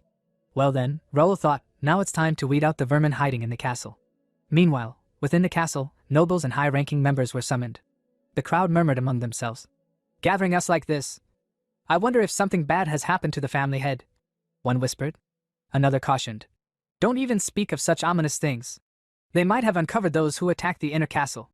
At that moment whereon the Golden Bear Knight arrived. May I have your attention, please? He called out. The reason I've gathered you all here today is to ask for your opinions on a certain matter. It concerns a magical message that arrived yesterday evening. The nobles gasped in shock. It was from Viscount Jaden. The messenger explained that Jaden had left the family, wandering foreign lands, but never forgot his duty. He had trained knights and soldiers, hoping to assist when needed. Upon hearing of the family's crisis due to the unprecedented gate incident and the critical illness of the family head, he had mobilized his forces to come to the county's aid. Baron Jared de Ashton, elder council member of House Ashton, shouted indignantly. What in the world is this? What a long load of nonsense he's written! How dare that traitor set foot on this land again? A young man with golden hair, Baron Isaac, replied calmly. There's no need to dwell on past events like that. Jared bellowed. Dwell on it? This is about a traitor, Baron Isaac. Isaac countered. It's true that Viscount Jaden's actions have harmed the main family, but must we turn away someone coming to help in this situation? Whereon spoke up, his voice steady. Actually, this matter should be decided by the Count, or the Count's representative. But the situation is urgent. According to our scouts, Viscount Jaden and his group of supporting lords will arrive at Comfort Castle tomorrow. Jared and the other nobles were taken aback. What? Such an insolent fellow, bringing troops into the county without permission? Baron Isaac inquired. Has there been any armed conflict or looting? Whereon replied. No reports of that nature have come in. Isaac pressed further. Then what's the problem? He isn't forcing his way in. Isn't this a sign he doesn't intend hostility? A fellow noble suggested. Wouldn't it be better to accept him for now and discuss it later when the Count's representative returns? Turning away someone offering help is unbecoming of a noble house. Jared, flustered, shouted. Such an ungrateful. After all the kindness the Count's family has shown, how dare you say such absurd things? Isaac shook his head. It's that outdated thinking eating away at the family, letting emotions cloud judgment. Another noble stepped forward. That's right. It's time we put an end to these bad habits. Jared, seeing Isaac's point gaining agreement, thought grimly, to side with such unreasonable opinions. I fear something terrible is about to happen in the county. The Ashton family was no ordinary noble house. Bearing the title of Border Count, the Ashtons stood as the western shield of the kingdom, entrusted with defending the lands against the ominous Forbidden Zone. Because of this responsibility, the royal family had granted them extraordinary privileges. Several territories paid taxes directly to the Count instead of the crown, and the Count in return forwarded only a portion to the kingdom. He raised and commanded his own military forces, and any land reclaimed near the Forbidden Zone automatically became part of his domain. He even possessed the authority to appoint lords. Thanks to these powers, the Ashton household ruled over so many vassal families that people often called it a small kingdom, its territory vast, comparable to the size of the Korean peninsula. Naturally, within such a realm, nobles frequently clashed over rights and interests, and factions formed according to their political stance. Before leaving the estate, Raoul had warned Philip. Keep an eye on some of the relatives who raise their voices while I'm gone. They'll do anything for a slice of power. Baron Isaac, on the other hand, argued. Since we're family, shouldn't we discuss things with them directly? Philip stepped forward, bowing slightly. Forgive the interruption. I've just received contact from the acting count, and I will convey his orders. The hall fell instantly silent. Philip gestured toward the wall. Everyone, please direct your attention to the screen. A large screen lit up behind him, revealing acting count Dylan. People of Comfort Castle. Dylan began, his voice steady despite the tension hanging in the air. I apologize for the delay. This is Dylan, acting count. I thank you all for fulfilling your duties during this time of turmoil. I will now announce several decisions made during the meeting. The crowd leaned forward. First, Dylan continued. From this moment onward, All gates of Comfort Castle will be closed, and entry or exit is strictly prohibited. Second, I appoint Chief Knight Weiran as temporary commander of the castle. All forces within the castle are to obey his orders until the commander-in-chief or my unit arrives.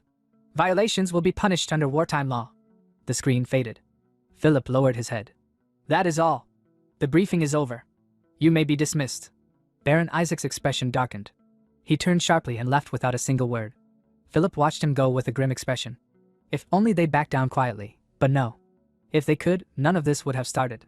At night, Baron Isaac's mansion, meeting room. Baron Isaac sat at the head of a long table. So, did you find out the current troop placements? Divany, commander of the Guard Corps and a chain knight, nodded. Of course. The Count's central army is stationed entirely inside the inner castle. The Guard forces occupy the 2 outer walls, and the Silver Bear Knights are holding the outer gate. Baron Dwine, captain of the Guard, stroked his beard. Concentrating the direct forces in the inner castle, that works in our favor. Isaac turned to Divany. Who ordered the Silver Bear Knights to be stationed outside? Divany answered. It seems temporary Commander Weiran made the request to their Knight Commander. Isaac shifted his gaze to another man. And? Will that be a problem? Baron Lamar, Vice Commander of the Chain Knights, replied confidently. If you're referring to the Silver Bear Knights, no. We've already brought several to our side.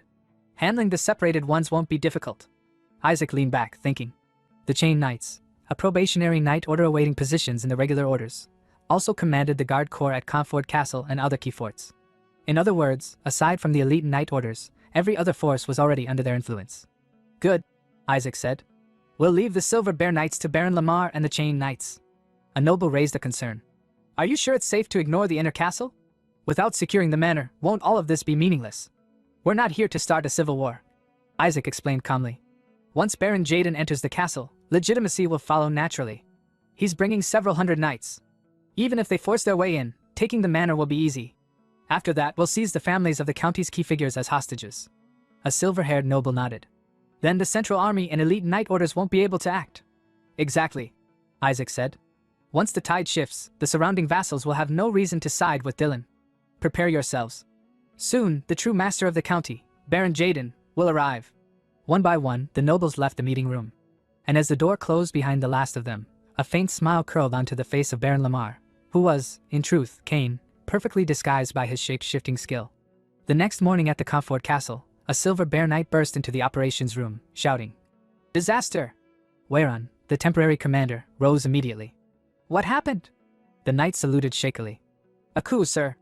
Overnight. A blood-soaked Silver Bear Knight arrived at the inner gate moments ago. He said the rebels, and traitorous Silver Bears, have seized all the outer gates. Baron Carlo, commander of the Silver Bear Knights, slammed his fist on the table. What disgrace is this? Tarnishing the name of Silver Bear so shamelessly? Philip asked urgently. Where is Captain Dwine? It appears he's joined them. The Silver Bear Knight said bitterly. The moment news spread, he went out saying he would assess the situation. He never returned. Weiran clutched his head. Baron Jaden is expected to arrive around noon. Baron Carlo grabbed the hilt of his sword. Damn it! I'll cut down every last traitor. If we can break through even one gate before they gather more forces, we can end this siege. Stop, Weiran commanded. Our top priority is protecting the Count's household. A reckless attack will doom us all. If we're ambushed like last time, everything will collapse. Carlo grit his teeth in frustration. Philip stepped in. The commander is right. If fighting breaks out inside the castle, soldiers and civilians alike will suffer. Carlo growled. Then what do you suggest? Are we just going to sit and watch Jaden's forces march in? A calm voice answered from the doorway. No, Raoul said as he entered. Of course we can't. You've all endured enough. The knights turned in shock. Baron Raoul?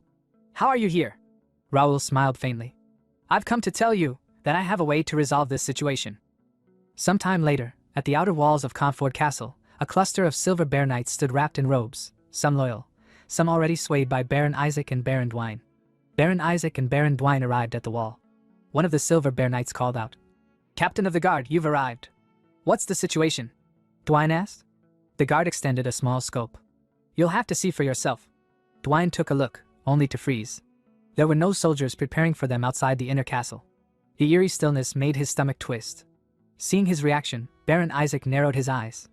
Is there a problem? By now, Dwine muttered. There should have been some reaction. Why is it so quiet? Isaac sighed. They must have realized the situation already. Don't you find it odd? Temporary Commander Weiran is probably hesitating. He clearly lacks confidence in his own judgment. I hope that's all, Dwayne said quietly. But thoughts raced through his mind. Strange. Even if incompetent, shouldn't he at least send an envoy to gauge our intent? Do they plan to provoke direct conflict? They couldn't be that foolish. We have hundreds of knights here. They can't stand against us. Even politically, Baron Jaden outweighs Dylan. Count Melvin, if you were alive, none of these decisions would have been made. Before he could think further, a massive magic circle flared to life above the outer wall. The guard staggered back. Something's coming out, he shouted. A projection formed, Raoul's image appearing above the battlements. Raoul cleared his throat. Everyone, can you hear me clearly? Dwayne's face twisted in shock. Earlier, inside the operations room, Raoul had stood before Weiran, calm and steady. There is a way to resolve this situation. But my lord, Weiran protested. The situation is too unfavorable. If battle breaks out inside the castle, there will be no battle, Raoul said firmly. The reality isn't as dire as it seems. Most soldiers on the outer walls are simply following their commander's orders. Weiran blinked. What? The ones who seized the gates, Raoul explained. Or only some chained knights and nobles. Meaning most guards don't even understand they've been dragged into a rebellion. All we must do is awaken their sense of duty.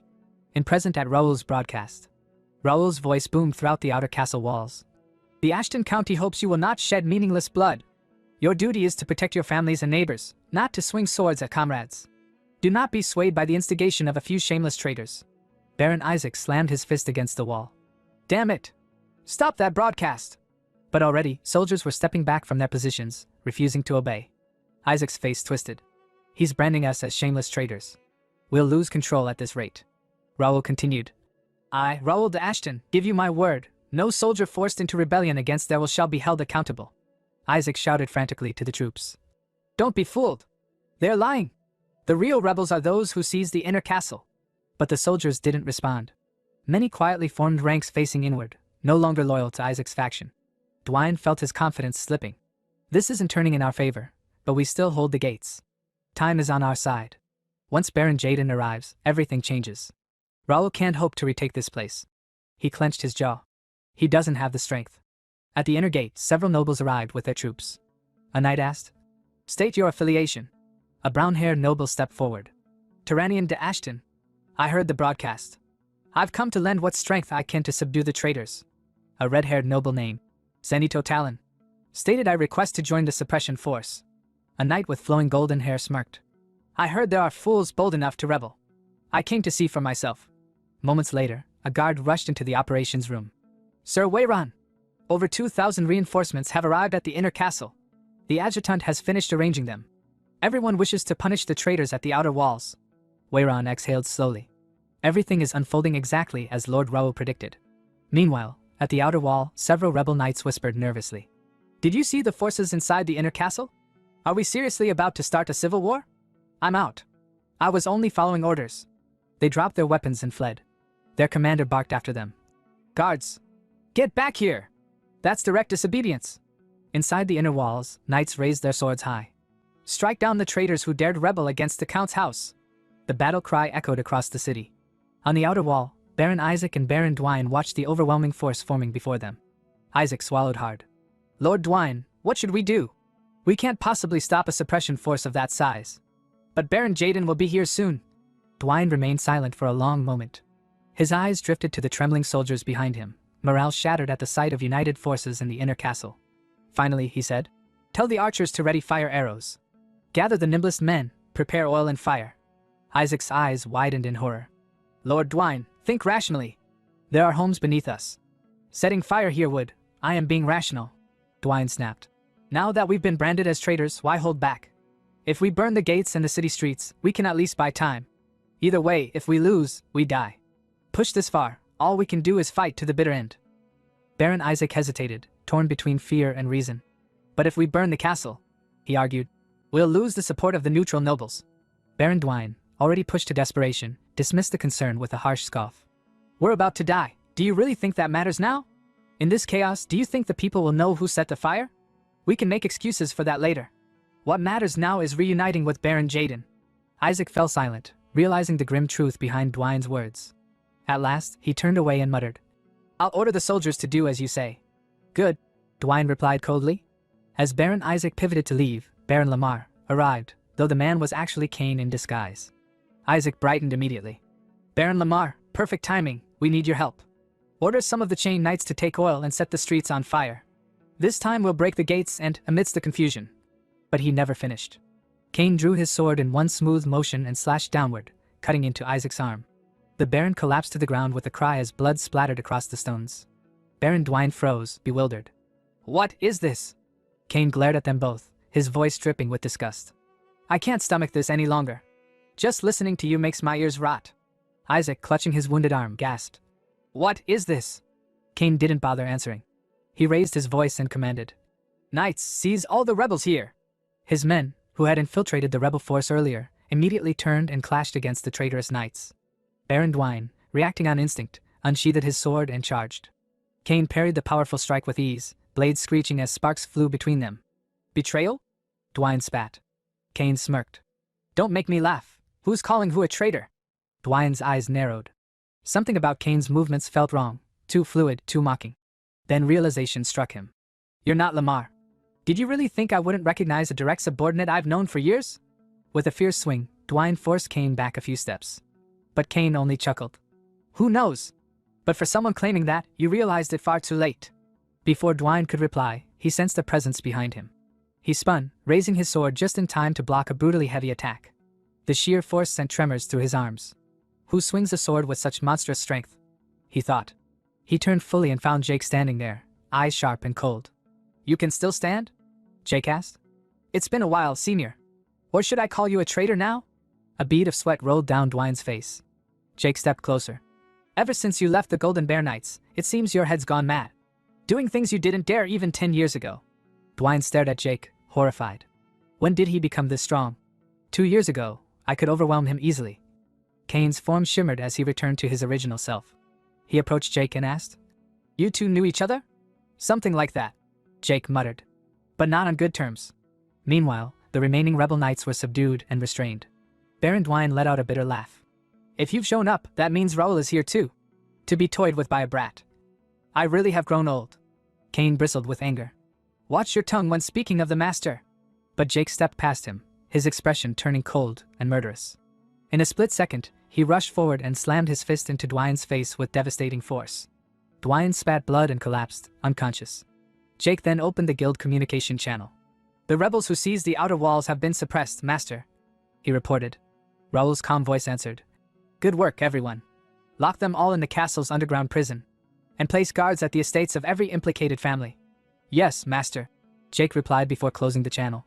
Moments later, Wayron entered and reported. We have arrested all nobles and Knight Order members involved in this rebellion. Well done, Raoul said. The evidence is solid, they won't be able to deny anything. Inwardly, he thought, with this, the trash inside the main house should finally be cleared. Now, only one unwanted guest remains. He asked, Where is Viscount Jaden? He should arrive within an hour, Wayron replied. Raoul stood, resolving himself. Then it's time to make preparations. Baron Carlo, commander of the Silver Bear Knights, stepped forward. My lord, I will follow the Baron as well. Raoul studied him briefly.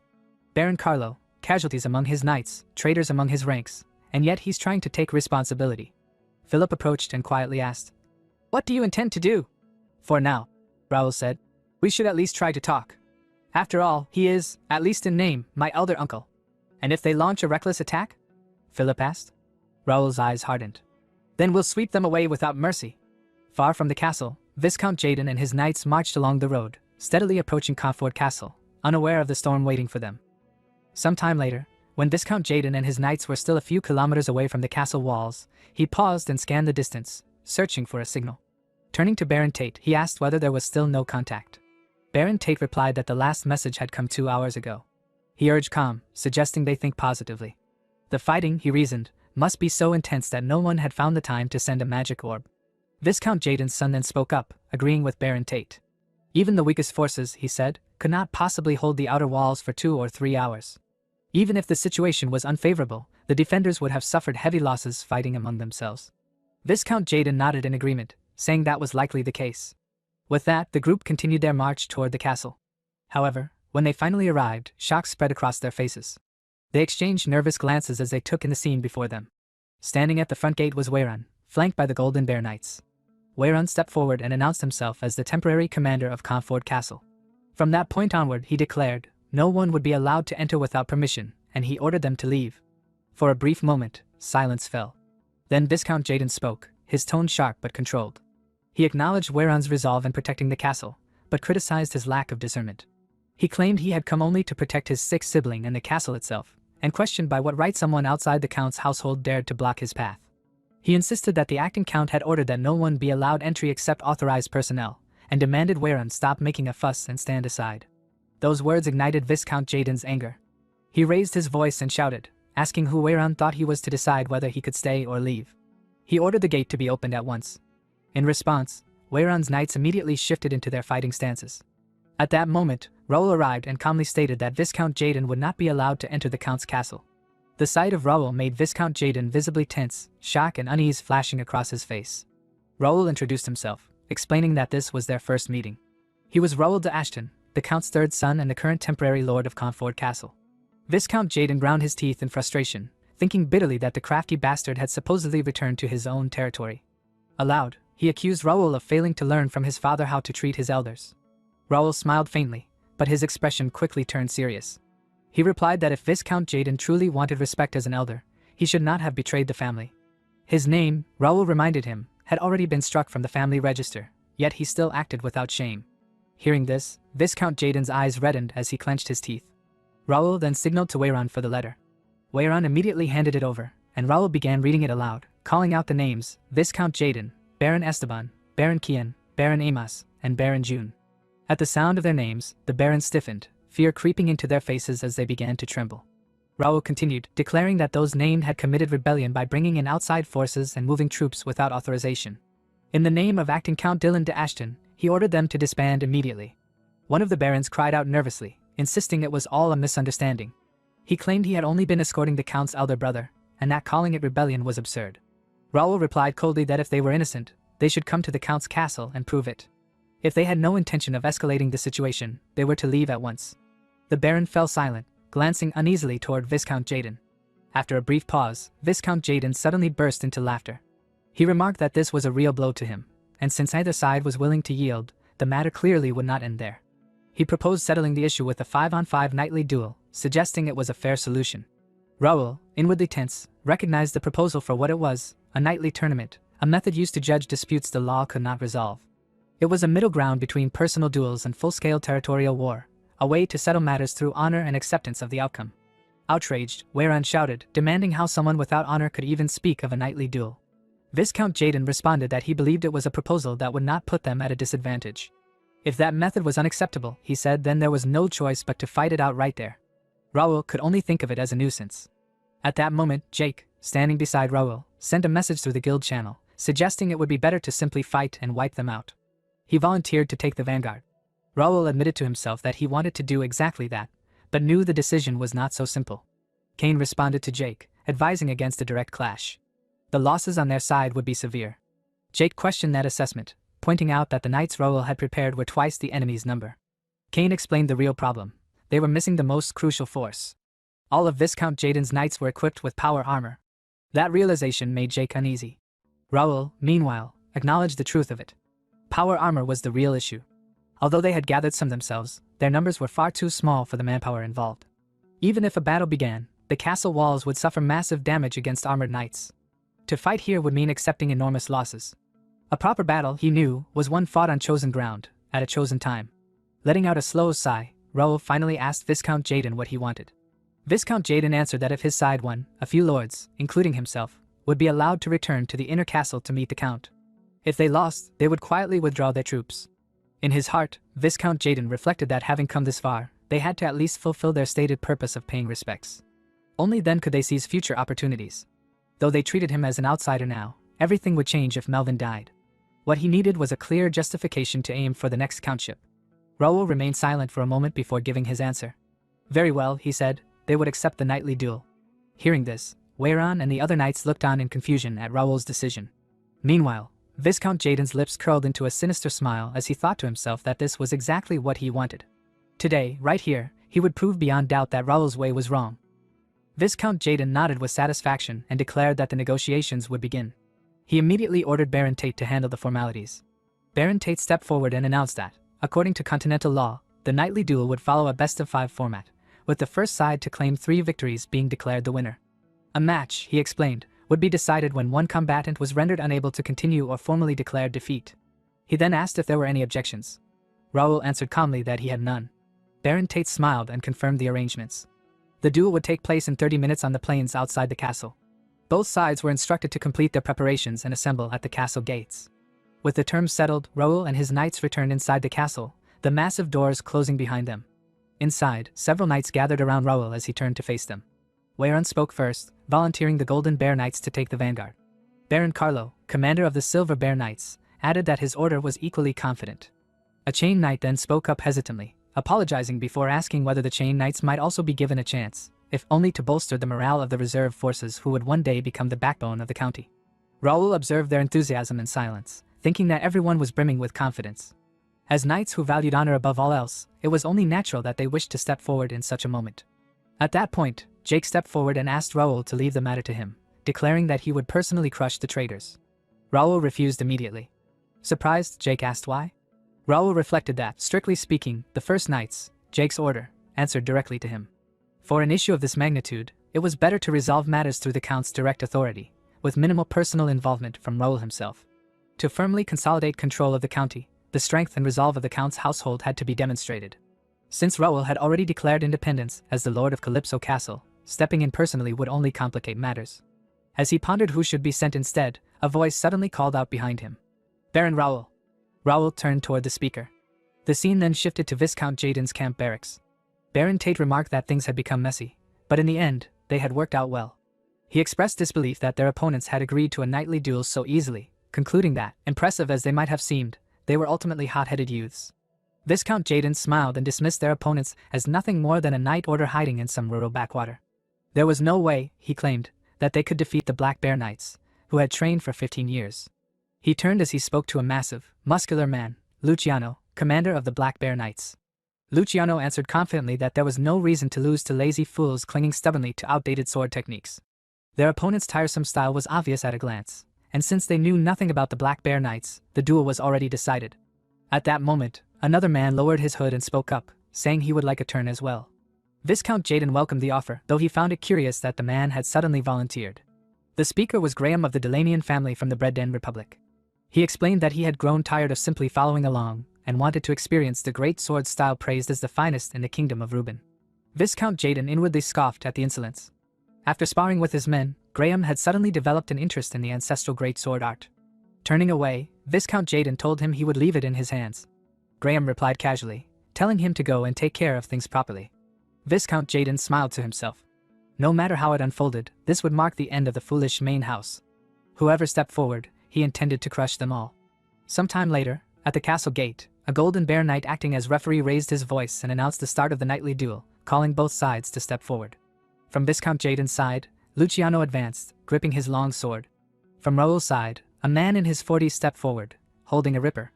At the sight of him, Luciano burst into laughter and mocked the Count's household, asking if they truly had no talent left, to the point of sending a retired old man into battle. The man answered calmly that Luciano, for all his loud boasting, seemed no different from how he had been 16 years ago. Hearing this, Luciano ground his teeth in anger and hurled an insult at the old man. From the sidelines, Raoul watched the exchange in silence. The referee ordered both fighters to prepare. They each took their stances, and with a sharp command, the referee declared the first match to begin. Luciano immediately swung his massive sword, sending a slash of reddish aura roaring toward his opponent. The old man drew his sword in an instant, dodged the attack with swift movement, and charged straight at Luciano, taunting him by asking whether he was going easy on a dying old man. Flustered, Luciano lashed out repeatedly, sending wave after wave of slashes, all of which the old man evaded with ease. The old man rebuked him, remarking that his habit of swinging wildly when provoked had not changed at all. Luciano roared back, telling him to shut up and vowing to crush the Count's boring swordsmanship with his own hands as he began to prepare a powerful thrust. The old man's expression hardened. He channeled a golden aura that wrapped around his blade. Luciano lunged forward with his thrust, a beam of reddish aura surging ahead of his sword. The old man, however, remained calm and held his stance. When the aura faded, he was still standing, completely unharmed. He observed that Luciano had clearly studied a great deal, noting that he was imitating the spear techniques of the Brennan Republic. Luciano smiled and praised the old man's sharp insight, but insisted it would do him no good. The old man smiled in return and said it had been a long time since he had felt this way. As he spoke, even more golden aura poured from him, enveloping both his body and his sword. He added that the sensation of his blood boiling was something he had not experienced in ages. From the sidelines, Raoul watched the unfolding battle with a faint, knowing smile. Seeing the turbulent mana gathering around the old man, Luciano ground his teeth in growing unease. He could feel it clearly. The flow of the old man's mana had suddenly changed. How can a retired old man wield such power? He wondered in disbelief. Sir Zion surged forward to attack.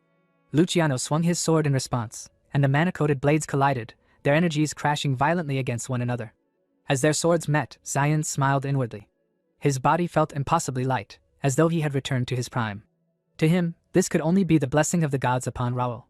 His thoughts drifted back to earlier, when he had stepped forward and addressed Raoul directly, asking if he might take part in the nightly duel.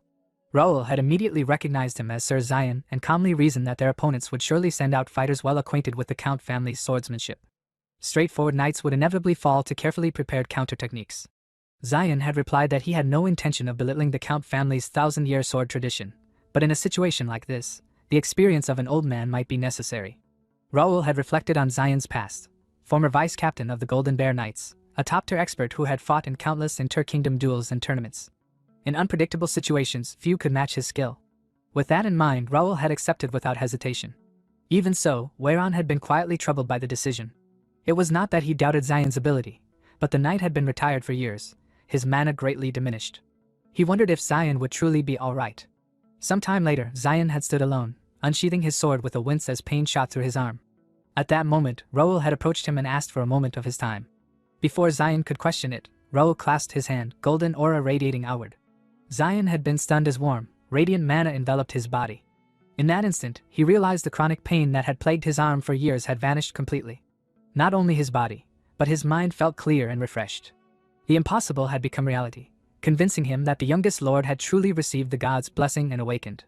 Back in the present duel, Zion pressed forward, driving Luciano back with a powerful strike. From the sidelines, Raoul observed quietly. It seemed Zion truly believed the power he wielded was divine.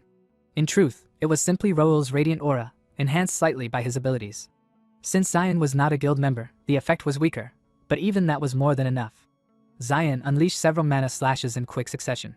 Luciano failed to block them all and was forced to his knees, cursing angrily. Zion asked calmly whether that was all he had, remarking that Luciano's efforts over the years seemed to have amounted to nothing. Luciano snapped back, demanding to know what nonsense the old man was spouting. Zion told him to place a hand over his heart and think. 16 years had passed since Luciano left the Count's house. Could he truly say he had lived as fiercely as he had back then? Luciano clenched his teeth, fury boiling over. In his mind, he rejected the notion outright. He believed he had lived a far more meaningful life than remaining in the countryside, endlessly killing monsters. Memories of his time in the Count's house filled him with bitterness, endless training, sleepless dispatches to forbidden zones, relentless battles against monsters, and no proper recognition even after risking his life. To him, his choice had been right. It had to be. Suddenly, the tattoo on Luciano's neck began to glow. His mana surged violently, shaking the air as he shouted that he had not been wrong. Jake, Weiran, and the other knights stiffened in alarm at the sight. Zion stared in shock, realizing that Raoul's earlier warning had been true. He remembered Raoul's words clearly. Even with a blessing, Zion must not let his guard down. The enemy would surely be hiding a trump card, waiting until they were cornered to reveal it as a last resort. Only by staying vigilant would an opening appear. Returning to the present, Zion shifted into a defensive stance. So their final measure was the Emperor's tattoo, he thought grimly. I never imagined they would actually touch such a taboo. Luciano, now wrapped in overwhelming mana that coated both his body and his sword, declared that he would finish this in one blow. Weiran turned to Raoul anxiously, warning that at this rate, Sir Zion was in danger. Luciano swung his sword with terrifying force. Zion barely dodged, leaping backward to create distance. As he steadied himself, he realized the power Luciano now wielded was on an entirely different level. By burning life force and mana, the enemy had gained a massive advantage in a short battle. Zion forced himself to remain calm. The opportunity would come, Raoul had said so. Taking a deep breath, he raised his sword and settled into his stance once more. He resolved not to betray the trust Raoul had placed in him. He would seize victory here in return. Seeing that unwavering resolve, a small, satisfied smile appeared on Raoul's face. The battlefield shook as the mana blades of Luciano and Zion collided, sending explosions and clouds of dust spiraling into the air. Each strike threw debris across the field, forcing the knights watching the duel to brace themselves, expecting stones to rain down. Yet, to their confusion, the debris halted midair, stopped by Raoul's intervention. Alright, I've got a rough grasp of it now, Raoul thought, directing his psychic power towards Xian to support him in the fight. Well then, let's test the results obtained from Janak's dungeon. Xian prepared for the next strike, but this time he could not dodge Luciano's attack on his own. To his surprise, Raoul's power aided him, almost as if an invisible wind was pushing him forward.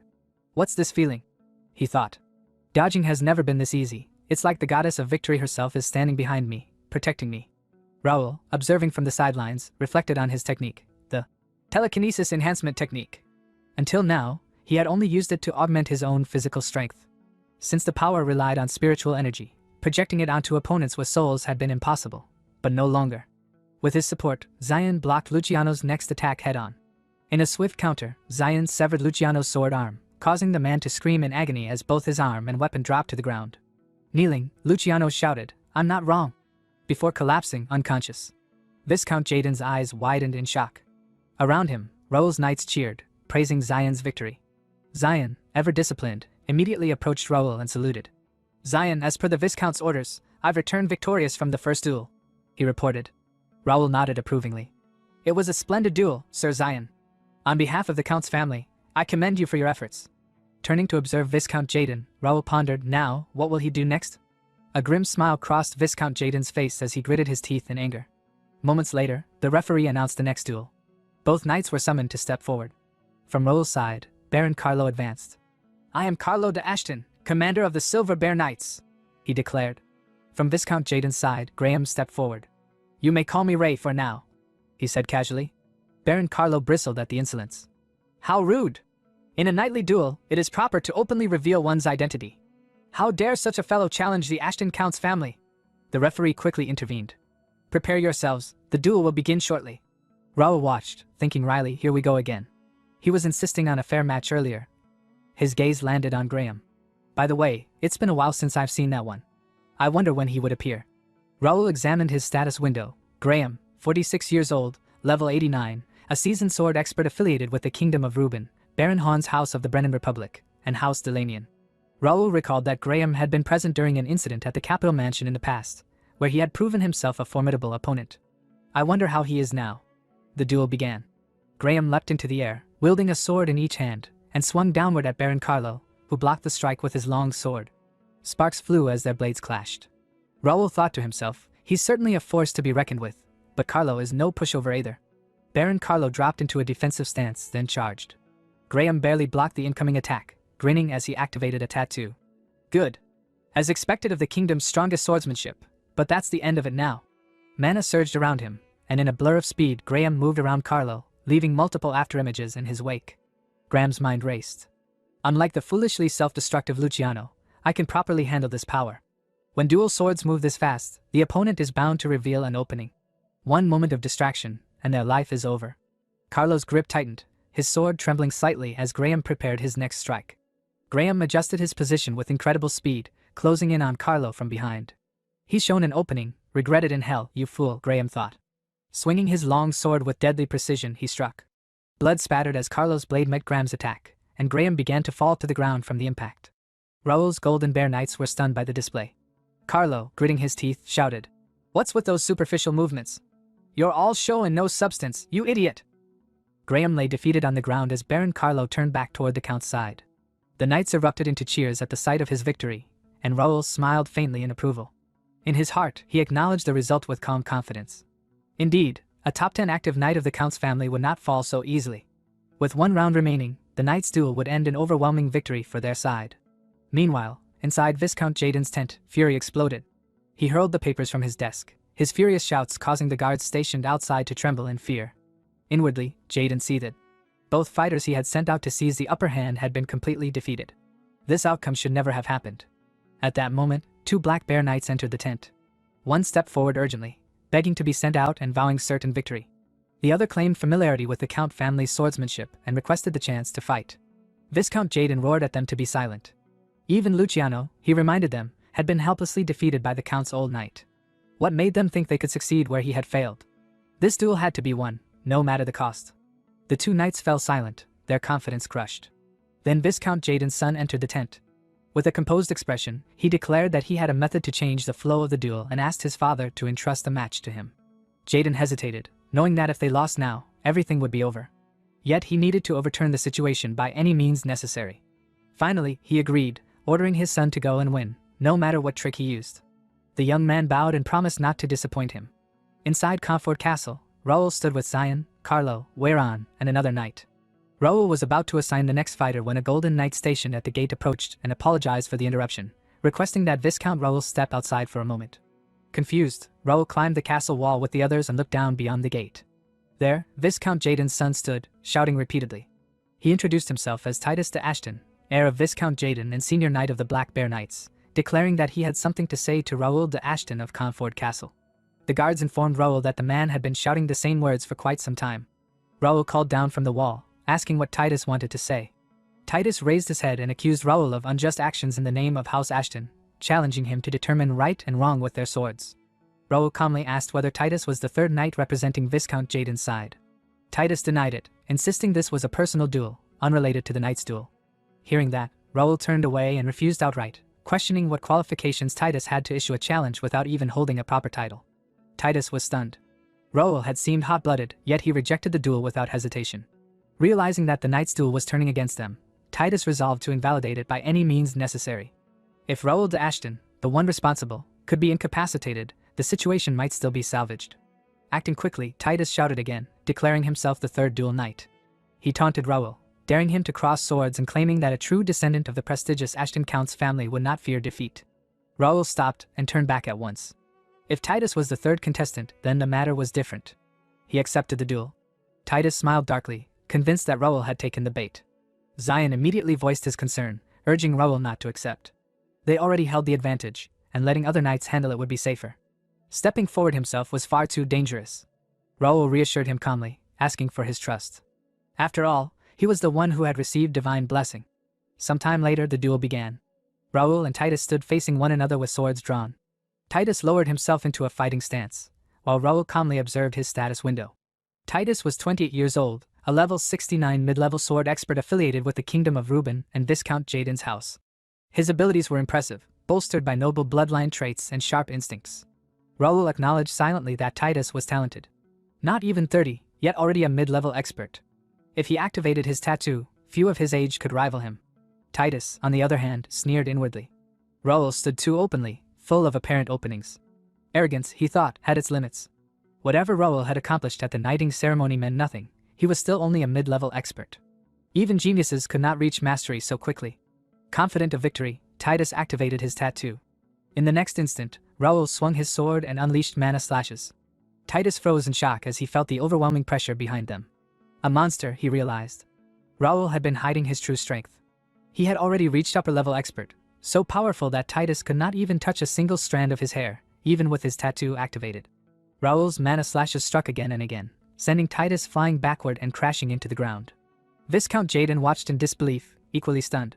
Raoul approached the kneeling Titus and calmly asked whether he acknowledged his defeat, his sword pointed at Titus's head. Coughing blood, Titus admitted defeat without protest, accepting it cleanly. Raoul sheathed his sword and turned away, declaring the knight's duel finished. He would now receive the official declaration of defeat from Viscount Jaden. But as Raoul turned his back, Titus's voice rang out behind him. Though the duel was lost, it was not over. With a desperate snarl, Titus leapt forward from behind, swinging his blade down and shouting that this would be the end for Raoul as well. Raoul sensed the attack at the last possible moment and glanced back.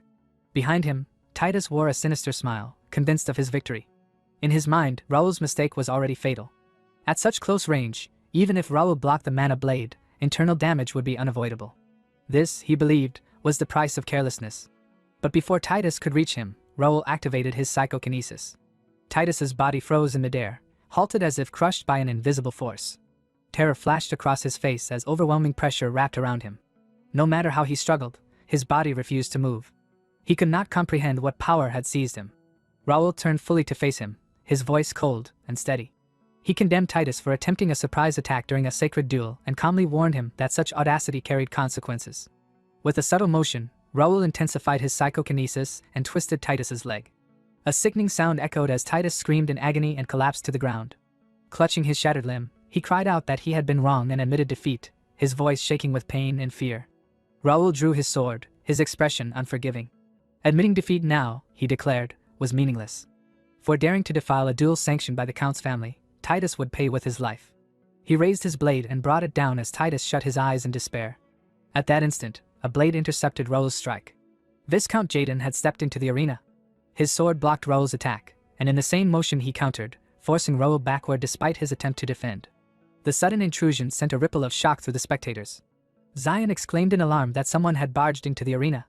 Raoul steadied himself and fixed his gaze on the newcomer, asking whether Viscount Jaden had truly decided to throw all caution aside. Jaden answered with furious scorn, accusing Raoul of overstepping his place. To him, Raoul was nothing more than a brat of the Count's family, not even a proper heir, daring to wield a sword and act as judge. The order of the domain, he claimed, had sunk to its lowest point. Right there and then, he vowed to prove who the rightful heir of the land truly was. Around them, both sides raised their weapons and moved into formation, the tension thick enough to suffocate. Raoul smiled faintly and declared that this was perfect. There would be no need to go anywhere else to settle the matter. Raising his voice, he announced himself as Raoul Ashton, Lord of Calyp's castle, and proclaimed that he would now reveal every crime committed by the rebel leader, Viscount Jaden. The battlefield fell into stunned silence. Raoul accused Jaden of conspiring with other nobles to overthrow Confort Castle and of attempting to poison Count Melvin, the head of the Ashton family. For these crimes, he declared, Viscount Jaden and his accomplices stood charged with treason. A noble protested weakly, denying any talk of poisoning or conspiracy. Viscount Jaden himself roared in outrage, denouncing Raoul's words as absurd nonsense spoken without proof. Who, he demanded, would believe the accusations of a mere child? Raoul answered calmly that Jaden was a fool to the very end. Whether he admitted his crimes or not, the Count's family would hold him accountable. Jaden laughed bitterly and asked by what right the Count's family presumed to judge him. Raoul corrected him. He was not the one who would pass judgment. At that moment, the gates opened, and a surge of blue mana flooded the area. Sensing the presence behind him, Viscount Jaden turned, and froze in shock. Count Melvin had arrived. Raoul declared that the true master of this land would be the one to judge him. Cold sweat streamed down Viscount Jaden's face as his confidence shattered. Count Melvin stepped forward and spoke with authority, introducing himself as Melvin Ashton, Lord of Confort Castle. From that moment on, he announced, he would personally settle all the sordid schemes carried out against his domain. The scene shifted to the Ashton estate, before Viscount Jaden's arrival there. Raoul entered his father's chamber, where Nakia stood beside the bed. She greeted him respectfully and confirmed that Count Melvin was showing signs of improvement. Leading Raoul closer, she explained that all external treatments were complete and that the mana filaria had been stabilized.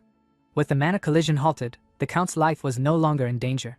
Strangely, however, his mana was not moving, though no secondary complications had appeared. To Raoul's surprise, his father awoke at that moment. Coughing weakly, Count Melvin said he had heard the news and praised Raoul and Dylan for handling the situation wisely.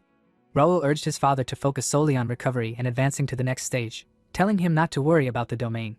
But Melvin shook his head. He confessed that he had struck a wall he could never overcome, a limit unlike any hardship he had faced before.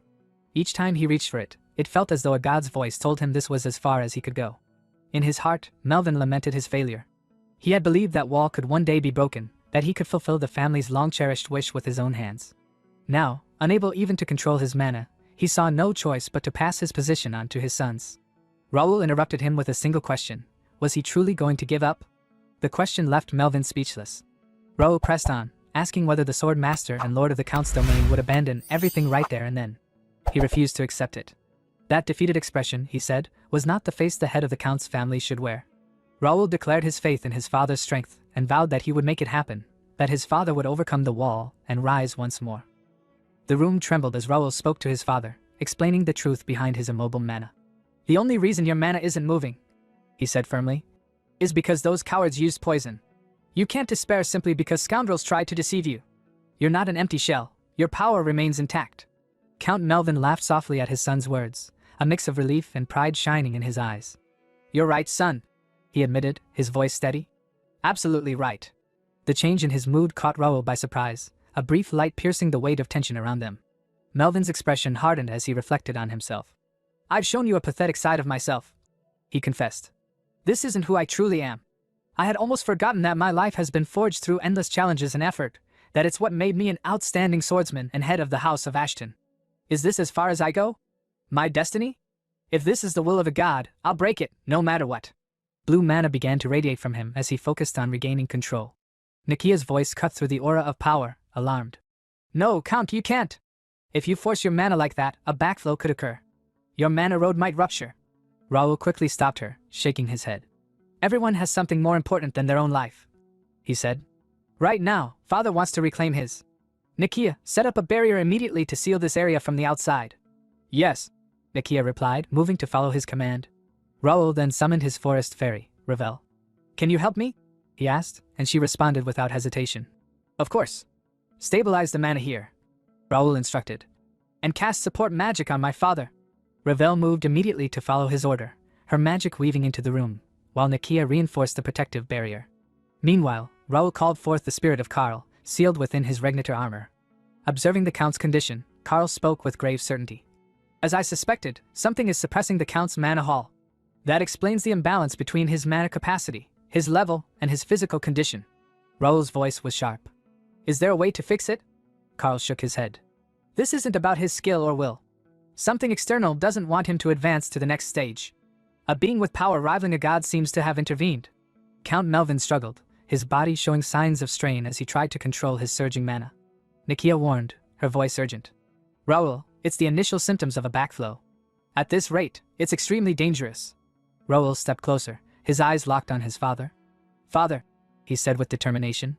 That wall blocking your path is a curse. I know you would never yield to it, and one day you would overcome it yourself. But the world will not leave us alone, and the House of Ashton needs your strength now. Don't refuse my request this time. I will help you, shatter that detestable wall and fight alongside us. Without hesitation, Raul sent the guild invitation through the system to his father.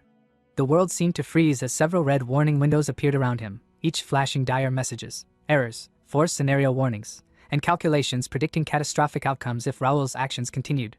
The system cautioned that releasing Count Melvin's binding force could extinguish thousands of related quests, and drastically diminish Raul's influence in the House of Ashton. But Raul ignored the warnings. Screw that, he muttered, sending the guild invite to his father. Time resumed, and Melvin accepted the membership. The Count's mana erupted violently, thrumming through the room like a storm. Karl's voice rang out urgently. Get everyone away from the Count! Raul reacted instantly. He grabbed Ravel and carried Nakia to safety, as the mana surged around the Count. Philip, stationed as guard, was equally stunned by the sheer power radiating through the room. Raul checked with Nakia. How's the barrier? I've centered it on the room, she replied.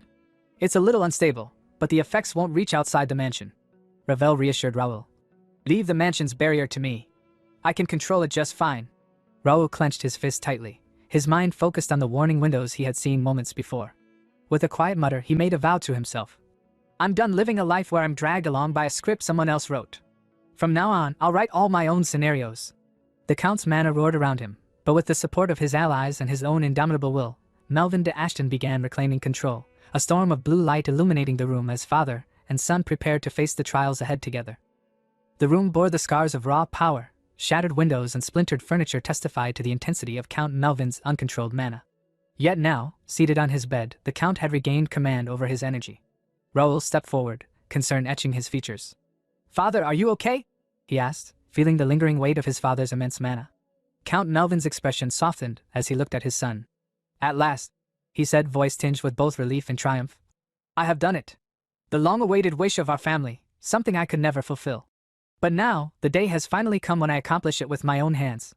Raul, it's all thanks to you. Raul's lips curved into a proud smile. Congratulations on reaching the realm. You worked so hard, father. Nakia's eyes widened, unable to fully comprehend what she was witnessing, and even Philip joined in, bowing slightly. Congratulations, my lord Count, he said, voice filled with awe. As Raul and the servants gathered around, Count Melvin reflected inwardly. Thinking I had to surpass the realm by my own strength, it was only stubborn pride. I thought I was alone, but I wasn't. I have people to protect, loyal subordinates, and a family I love. Raul, I owe this boy yet another debt. Suddenly, a red warning window appeared before Raul, flashing urgent messages. It declared that the main scenario NPC, Count Melvin de Ashton, had resisted compulsion and joined the first guild, triggering errors in the forced scenario. Fall of House Ashton. The system warned that misfortune might strike at any time, and the failure to follow protocol could jeopardize thousands of related quests. Raul read it carefully, pondering the term karma for the first time. Players meddling with a mandatory scenario is nearly impossible, he thought. NPCs act as if guided by divine instructions. My existence. I must be a variable. What kind of obstacle will this create? Before Raul could dwell further, Count Melvin attempted to rise. Nakia quickly intervened. You must not move yet. You've just reached the realm, the pain will be intense. Raoul added, voice steady. Father, you don't need to push yourself. My brother and I can handle this matter ourselves. Count Melvin smiled gently and patted Raoul on the head. I'm sorry for making you worry, he said. And thank you. You've done well all this time. You must have suffered having such a lacking father. I want you to stay by my side and witness the end of this matter. Will you allow that? Raoul's thoughts flickered. I don't know how this karma will affect me, but it's worth accepting. I won't regret it. Of course, father, he replied firmly. With that, Count Melvin moved toward Viscount Jaden, his mana radiating powerfully around him. Viscount Jaden, eyes narrowing, sneered. I heard your condition had worsened. You were on the brink of death, yet you look perfectly fine. Were you deceiving the Count's family? Melvin's gaze hardened. You are still the same, with that shamelessness. I heard you were living comfortably in another nation. What drove you to this point? Anger contorted Jaden's features as he bared his teeth. Wipe that pitiful look off your face. You've forgotten. Everything you have, I conceded to you. And yet you repaid that with ingratitude and blame me? Are you out of your mind? Melvin's command cut through the tension. Come in. Into the arena walked Nakia, Bishop Alonso of the Xenon Order, and Sixth Circle Mage Carissa of the Mage Association. The bishop spoke first. According to the Xenon Order and the Mage Association, the Count's collapse was not an accident. It was a clear assassination attempt. Nakia added gravely. These are the findings we obtained while treating the Count. He is suffering from an illness called maniphilaria, a method commonly used within the Empire. Raoul's voice thundered. Drag them in. The servants were forced forward, trembling under the weight of Raoul's authority. We have secured not only evidence, but witnesses, accomplices, and the mastermind, he declared, joining multiple swords and pointing at the culprits. Now then, speak clearly. What did you do? One servant quavered. We only followed orders. We were told to mix a measured amount of the drug into the Count's food. Raoul pressed further. Who gave the order? Viscount Jaden, the servant admitted. Viscount Jaden's lips curved into a sinister smile. I see now, he said. So this was your scheme, my dear brother. To rid me completely, the one who threatened you, you deceived everyone, even used me. I will never forgive you, Melvin. He leapt into the air, swinging his mana sword at Melvin, who blocked effortlessly. Jaden activated his tattoo and spat venomous words. Yes, those eyes. That expression. That attitude, looking down on everyone as if you were the best. Decades have passed, yet I never forgot. Everything you took as if natural was originally mine. If not for you, it would all have been mine. Melvin's patience snapped. I can't listen to this any longer. This is where I stop treating you as my elder brother. Viscount Jaden, I charge you with treason for disrupting the Count's domain. Jaden shouted. Don't be ridiculous. Who are you to dare? His words cut off abruptly as he felt Melvin's overwhelming mana. What is this? This pressure, so strong I can barely breathe. Melvin swung his mana sword, and Jaden managed to block, but his arm trembled uncontrollably. No way, this level is the realm of a high master, he thought in shock. With a roar, Melvin leapt into the air again, his attack exploding into a storm of mana, shaking the ground and filling the arena with raw, unbridled power. As the dust settled, the aftermath of Count Melvin's attack became clear. Deep scars marred the ground, evidence of the devastating force unleashed. Viscount Jaden had managed to block the strike with his sword, but the impact drove him several feet backward. Blood spilled from his mouth as he coughed violently, and collapsed to his knees. Viscount Jaden realized something was terribly wrong. Count Melvin had reached the High Master level, far beyond what had been expected. Desperation took hold as Jaden resolved not to let the battle end this way. He reflected on all he had endured to reach this point, then roared in fury and swung his sword, releasing a mana slash toward the Count. Count Melvin calmly focused his mana into his blade and cleaved through the incoming attack. Without hesitation, he followed up with a punch. Viscount Jaden raised his sword to block, but the blow struck the blade directly, cracking it apart. In an instant, the sword shattered. Viscount Jaden stiffened, finally growing truly serious. But before he could react, Count Melvin's fist slammed into his face. The sheer force hurled the Viscount backward.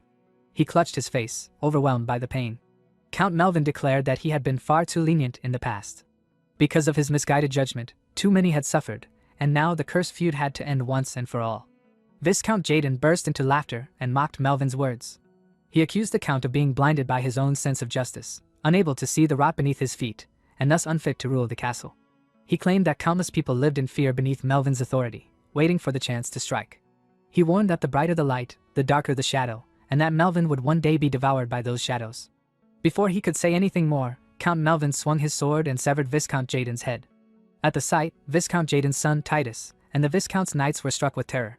Count Melvin calmly answered the Viscount's final provocation, declaring that he would not fall to exhaustion from such threats. He proclaimed himself as Melvin de Ashton, Lord of Comfort Castle, and vowed to protect the land for the rest of his life. Hearing this, the Count's knights erupted into unified cheers, celebrating their lord's victory. Watching from afar, Raoul realized that House Ashton had been completely saved from its destined downfall. Soon after, Dylan, Raoul's older brother, kicked open the castle doors. The butler shouted in alarm about an intruder, only for Dylan to scoff and demand to know who was in charge. He ordered the person responsible to be brought to him immediately, asserting his authority without hesitation. The butler quickly complied. Dylan then issued commands to his knights, ordering all castle gates sealed and instructing the domain's nobles to remain in their homes. He dispatched squads to secure the lord's residence and the barracks, setting the entire castle into motion. In the aftermath of the Civil War and Viscount Jaden's purge, the Count's family was overwhelmed with restoring order.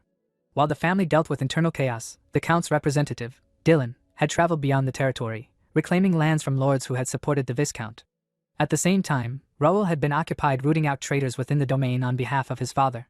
Knights from the First Guild began arresting nobles across the territory, with Jake and Philip overseeing the operation. Jake remarked on the sheer number of traitors uncovered, while Philip noted that Count Melvin's earlier inaction had allowed resentment to fester. Though concerned about arresting so many high-ranking nobles, Jake was reassured that the Count himself would deliver the final verdict. Reviewing the reports, Raoul noted with satisfaction that even figures his father and the elders had struggled to confront, powerful merchant brokers and association executives draining the territory, had all been captured.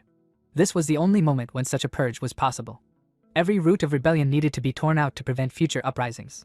With this done, Raoul intended to leave House Ashton in the hands of his brother and father, recognizing this as a necessary step shaped by altered scenarios and hard-earned gains. A system window appeared, confirming the completion of the Karma quest. Baron Union Encirclement, and the alternate scenario, The Traitor's End. A hidden scenario titled, The New Heir of House Ashton, was unlocked as a result. Raoul dismissed the notion of becoming the new heir and instead turned his attention to the rewards. Among them was an item called the Absolute Stat Boost Pill, an S-grade item that permanently increased the chosen stat by 1 point, scaling further with the user's absolute stats. Raoul immediately recognized its value. Unlike normal growth, which slowed dramatically and capped at 100, this pill ignored all limits and pushed stats beyond their natural ceiling. His status window updated, displaying his name, level, now reaching 99 in hardcore mode, class as a high-tier Knight of Sword expert with intermediate telekinetic abilities, and affiliations with Ashton County, the Royal Baron household, and the First Guild. His stats had risen across the board, and his unique traits included Skill Collector, Developer's Analysis Eye, Telekinesis Meister, Noble Swordsmanship Lineage, and one unknown trait. A second notification declared him the first player to reach level 99, awarding him the special title, Pioneer. Satisfied, Raoul rose from his seat, confident that it was time to move on to the next stage. The scene then shifted to Free City Mira, inside the First Guild's branch and its purple special training hall. Two figures were locked in combat, Wang Tianming and Kim Ilwu. Wang Tianming swung his sword, releasing a mana-slash technique known as Meiwa no Bang, the Plum Blossom Roadside.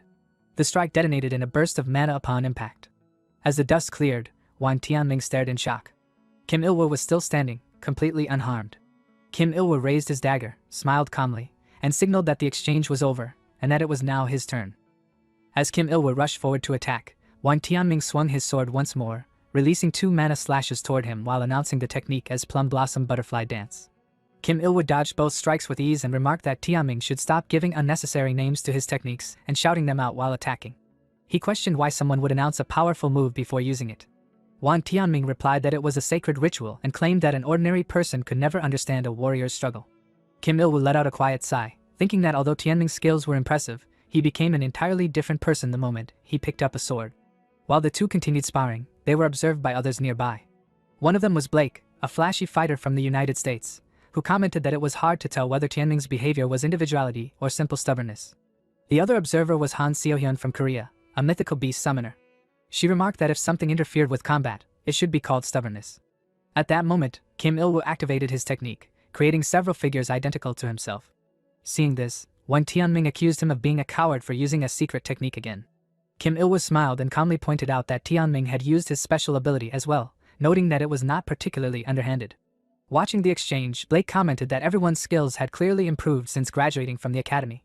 He admitted that at first, he had wondered what they were even doing back then. Han Seohyun replied that all of their growth was thanks to that person.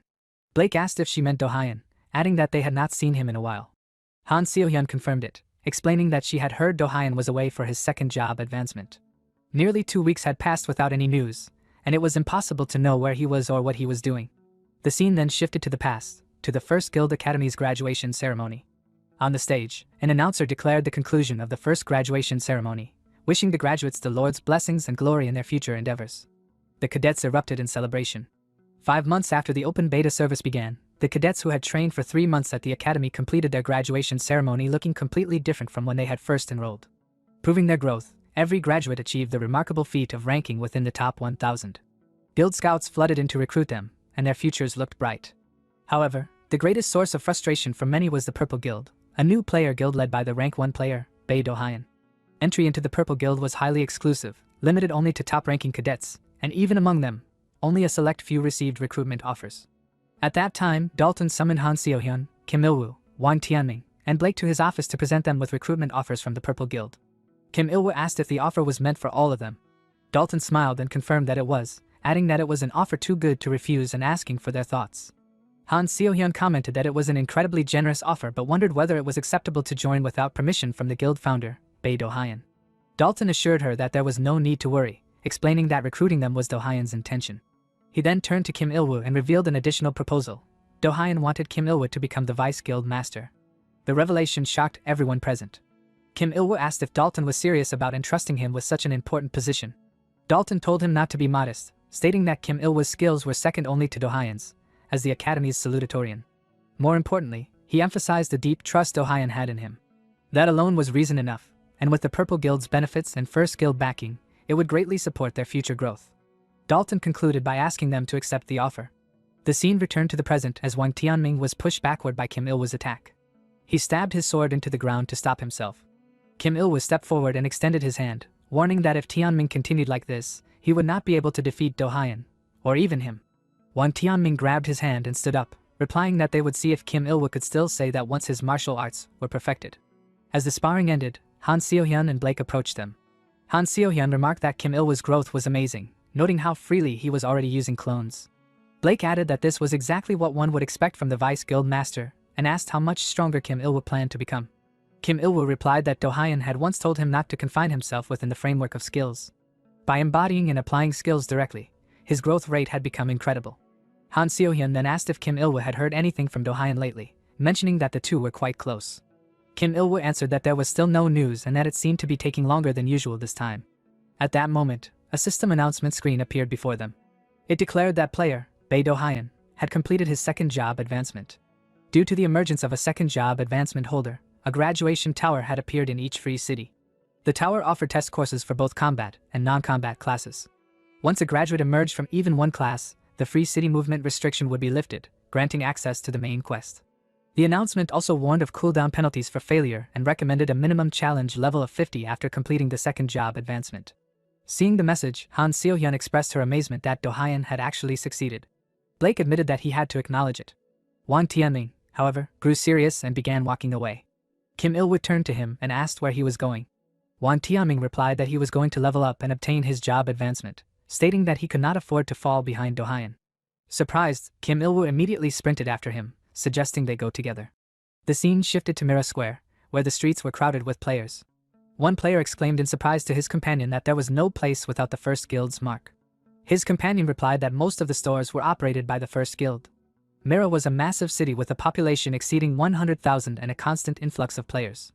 Thanks to Raoul's long-term development efforts, the city was filled with player-friendly facilities, restaurants tailored to player tastes, potion shops, byproduct purchasing offices, and stylish clothing stores. Although most contribution points belonged to the First Guild, players felt no resentment. With welfare far superior to other regions, player satisfaction in Free City Mira was extremely high, and reviews were overwhelmingly positive. Naturally, attention gravitated toward the graduation tower that had appeared in this central hub. Sometime later, an injured party emerged from the tower. Watching them stagger out, a brown-haired player commented that several days had passed and no one had conquered the tower yet. A blue-haired companion replied that they wanted to go somewhere other than Mira, mentioning the Hesse Guild, which had seemed confident but apparently failed. He remarked that in the end, only one person remained, Connect's undisputed number 1, Bae Do-hyun. However, despite completing his second job advancement, there had been no news. The brown-haired player suggested that Do-hyun might be deliberately taking his time so that he would stand out even more by appearing after everyone else failed. The blue-haired player became irritated, snapping that Do-hyun was not that kind of person and that something must have happened. At that moment, a man sitting nearby coughed. Both players turned toward him in confusion. The blue-haired player's companion put an arm around him, and the two walked away, while the brown-haired player continued talking, suggesting they focus on their own job advancements instead of worrying about someone who was not present. Once they left, the seated man removed his hoodie, revealing himself to be Raul, disguised as Bae Do-hyun through shape-shifting. He muttered that he had not expected even his observation to be detected. Having gauged the atmosphere, he decided it was finally time to make his entrance, just as desired. As Raul walked through the streets, players who noticed him stopped in surprise. One of them wondered aloud if that person could really be him. His companion answered in disbelief that it was Bae Do-hyun. Soon, players began shouting excitedly, asking him to look their way even once and declaring themselves as fans. Raul waved casually in response. At that moment, his forest fairy companion, Ravel, emerged and remarked that it must be nice to be so popular. Raul asked if that was meant as a compliment, and Ravel confirmed it with a teasing tone before shifting to a more serious concern. She questioned whether it was truly fine to leave the Calip's territory unattended, warning that any remaining troops could still spark a territorial war. Raul smiled calmly and replied that there was no need to worry about that place at all. Ravel commented that his attitude was unusually carefree, to which Raul responded that it was simply because he was confident everything would turn out fine. The scene then shifted to the Reuben Royal Palace, where Gerald D. Reuben sat upon the throne. In a thunderous voice, he ordered the knights to bring before him the lords who had deployed troops to Calips. Several noble lords were dragged in and forced to kneel. Gerald questioned whether they were the ringleaders who had attempted to wage a territorial war without royal permission. One lord hastily claimed there had been a misunderstanding, insisting that they had been threatened by Viscount Jaden. Gerald clenched his teeth in anger and accused them of fearing a foreign power that had defected to another nation more than the royal family of Reuben. He ordered all of them imprisoned, declaring that the matter would be thoroughly investigated and punished accordingly. As the lords were dragged away, they pleaded desperately for mercy. Gerald then addressed everyone present, declaring that Calips was a territory he had personally granted to Sir Raoul in recognition of his tremendous contributions. He emphasized that Raoul was a benefactor of the nation and a precious friend, and that attacking him was equivalent to turning one's back on the crown itself. He warned them all to understand how grave such an act truly was. The scene shifted again to the graduation tower, where Raoul entered the structure. He remarked that it had been a long time since he had last been there. Ravel recalled that he had once passed through the tower before, and Raoul agreed, noting that it seemed largely unchanged. Ravel observed that the tower was an incredibly elaborate fusion of fantasy magic and spatial magic, admitting that even she would struggle to fully comprehend it. At that moment, a system window appeared, welcoming Raoul to the graduation tower and informing him that he could test the skills he had honed in Connect. As the system scanned him, it requested a brief moment to measure his status. Another system window appeared, displaying a recommended test list that included close combat, range combat, telekinesis, magic, summoning, reconnaissance, assassination, crafting, and more. Seeing the long list, Ravel exclaimed in surprise, speculating that it was due to Raoul's vast collection of skills. Raoul explained that an individual could challenge up to 3 tests, and decided that telekinesis would be his first choice. Ravel reminded him that there was something he absolutely needed to obtain this time, and Raoul admitted that although he was not thrilled about it, he had no choice. After a brief pause, Ravel suggested that Raoul did not need her help for now and told him to call her when he needed her later. Raoul chuckled, told her to take a break, and turned his attention toward his first opponent. A statue window appeared, displaying details of the test. The objective was to defeat the telekinesis instructor of the graduation tower, with an additional condition of using only telekinesis skills. Both Raoul and the instructor were restricted to level 50 with intermediate level skill proficiency. The rewards included an exclusive Grade A equipment box, a Grade A title, experience points, 50,000 coins, and an exclusive skill enhancement. Seeing the rewards, Raoul reflected that they were incredible. In his past life, he had never been able to obtain such prizes, but this life was different. With that thought, he created several swords using his psychokinesis trait. Before long, Raoul seized his opponent by the neck with telekinesis and lifted him into the air. The instructor coughed in disbelief, muttering that it was impossible. Before disappearing, the instructor congratulated Raoul and wished blessings upon his path, marking the successful completion of the first telekinesis test. The second test was close combat. Raoul faced a red-haired sword master of the graduation tower and, after exchanging several sword strikes, defeated him with ease, passing the second test as well. Spirit Carl, clad in Regnitor armor and Raoul's sword instructor, praised Raoul, stating that his skills had improved greatly. Raoul credited his master and asked how he was finding the new environment. Carl replied that there was nothing particularly uncomfortable, explaining Regnitor's stealthy predation function, which allowed it to absorb lower-tier power armor to mimic their abilities. By concealing Regnitus's appearance through internal armor consumption, he had successfully disguised himself as Bei Dohayan, even fooling the instructors. A system window then appeared, asking Raoul to select a course for the final third test. Raoul chose magic and declared his intention to face the magic instructor of the graduation tower.